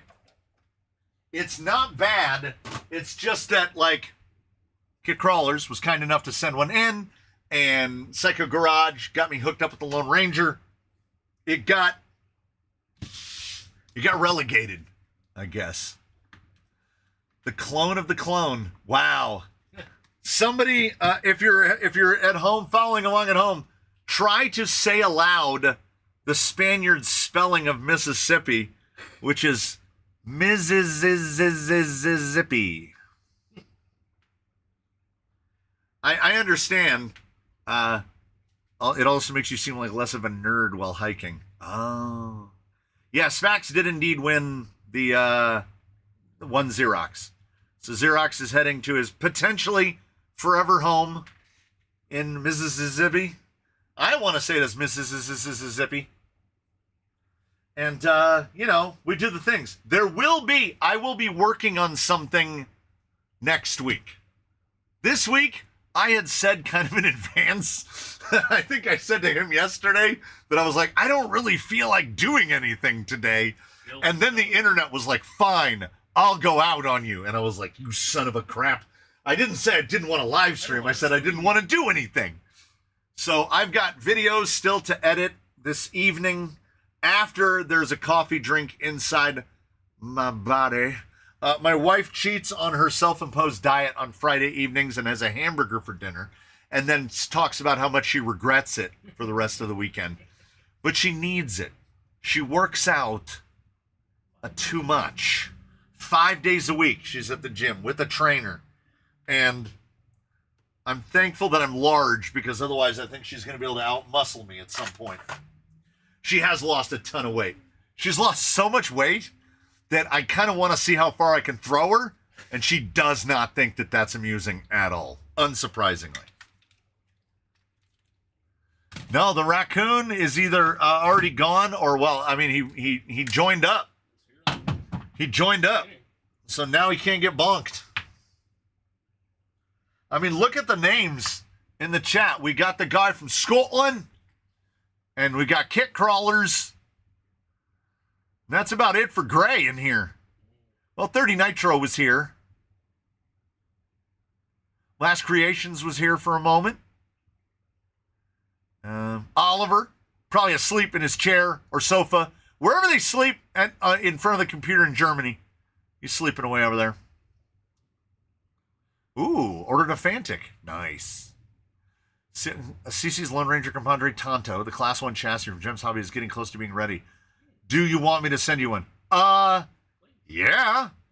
You know we do Class 1 up in her. We're building another Class 1.5 coming up pretty shortly. I don't know how I did that. I buzzed pretty shortly. So it could be that. You never know. I want to get a decent sized number. I'd like half a dozen 1.5s. And currently we have 3. Rusty, Dusty, and Flancor. So we've got Flancor, because I had to cut the rear body up so much to fit a bumper under it. It looks like that racing Bronco. But it doesn't really look like a Bronco, because it looks like half flex. So he's Flancor. Capital F, capital R, with Lonco in the middle. Flancor. Compadre Tonto. Do people know what those names mean? Same one as the Paraloco one. The Lone Ranger. Oh my God. Don't make me explain to a child who Tonto is. Oh, Lord. He was a Good. mistreated Indian. Oh, good Lord Almighty. Look it up, Spaniard. You can go on the internet and find out who Tonto was. Okay. We're gonna bring it to a close. We're going to close it out for the week. Next week, we'll actually build something. I will probably not work on shipping anything out until Tuesday. There's really no point, because if I get everybody contacted and we get everything boxed up and I ship it on Saturday, it's going to go to the regional facility and sit there for a day. So it's probably better just to ship it to, what is the 1.5? The 1.5 in Class 1.5 is we don't pay attention to any of those Class 1 rules. We want full body. Tonto was a specific person. Yes. He was the Lone Ranger's Native American associate. He rescued the Lone Ranger. The 0.5 and the 1.5 is where we do flat rails. We do Lexan bodies. Yes, the KKV1 is still in one piece. You're probably going to see it next Sunday. I have it provisionally slated for that. It'll be up again in an installment next Sunday. So, full fenders, Class 1 tires, no 4-wheel steer. That's Class 1.5. But you can have a Lexan body on it, because it's getting harder and harder to find full width, full 313, 324 bodies, because everything is turning into cabs now. It's just cab only everywhere. So you can give you an excuse to buy all trail walkers and trail runners and any of those weird HPI bodies. So yeah. All right. We're going to do this. Felt pretty good.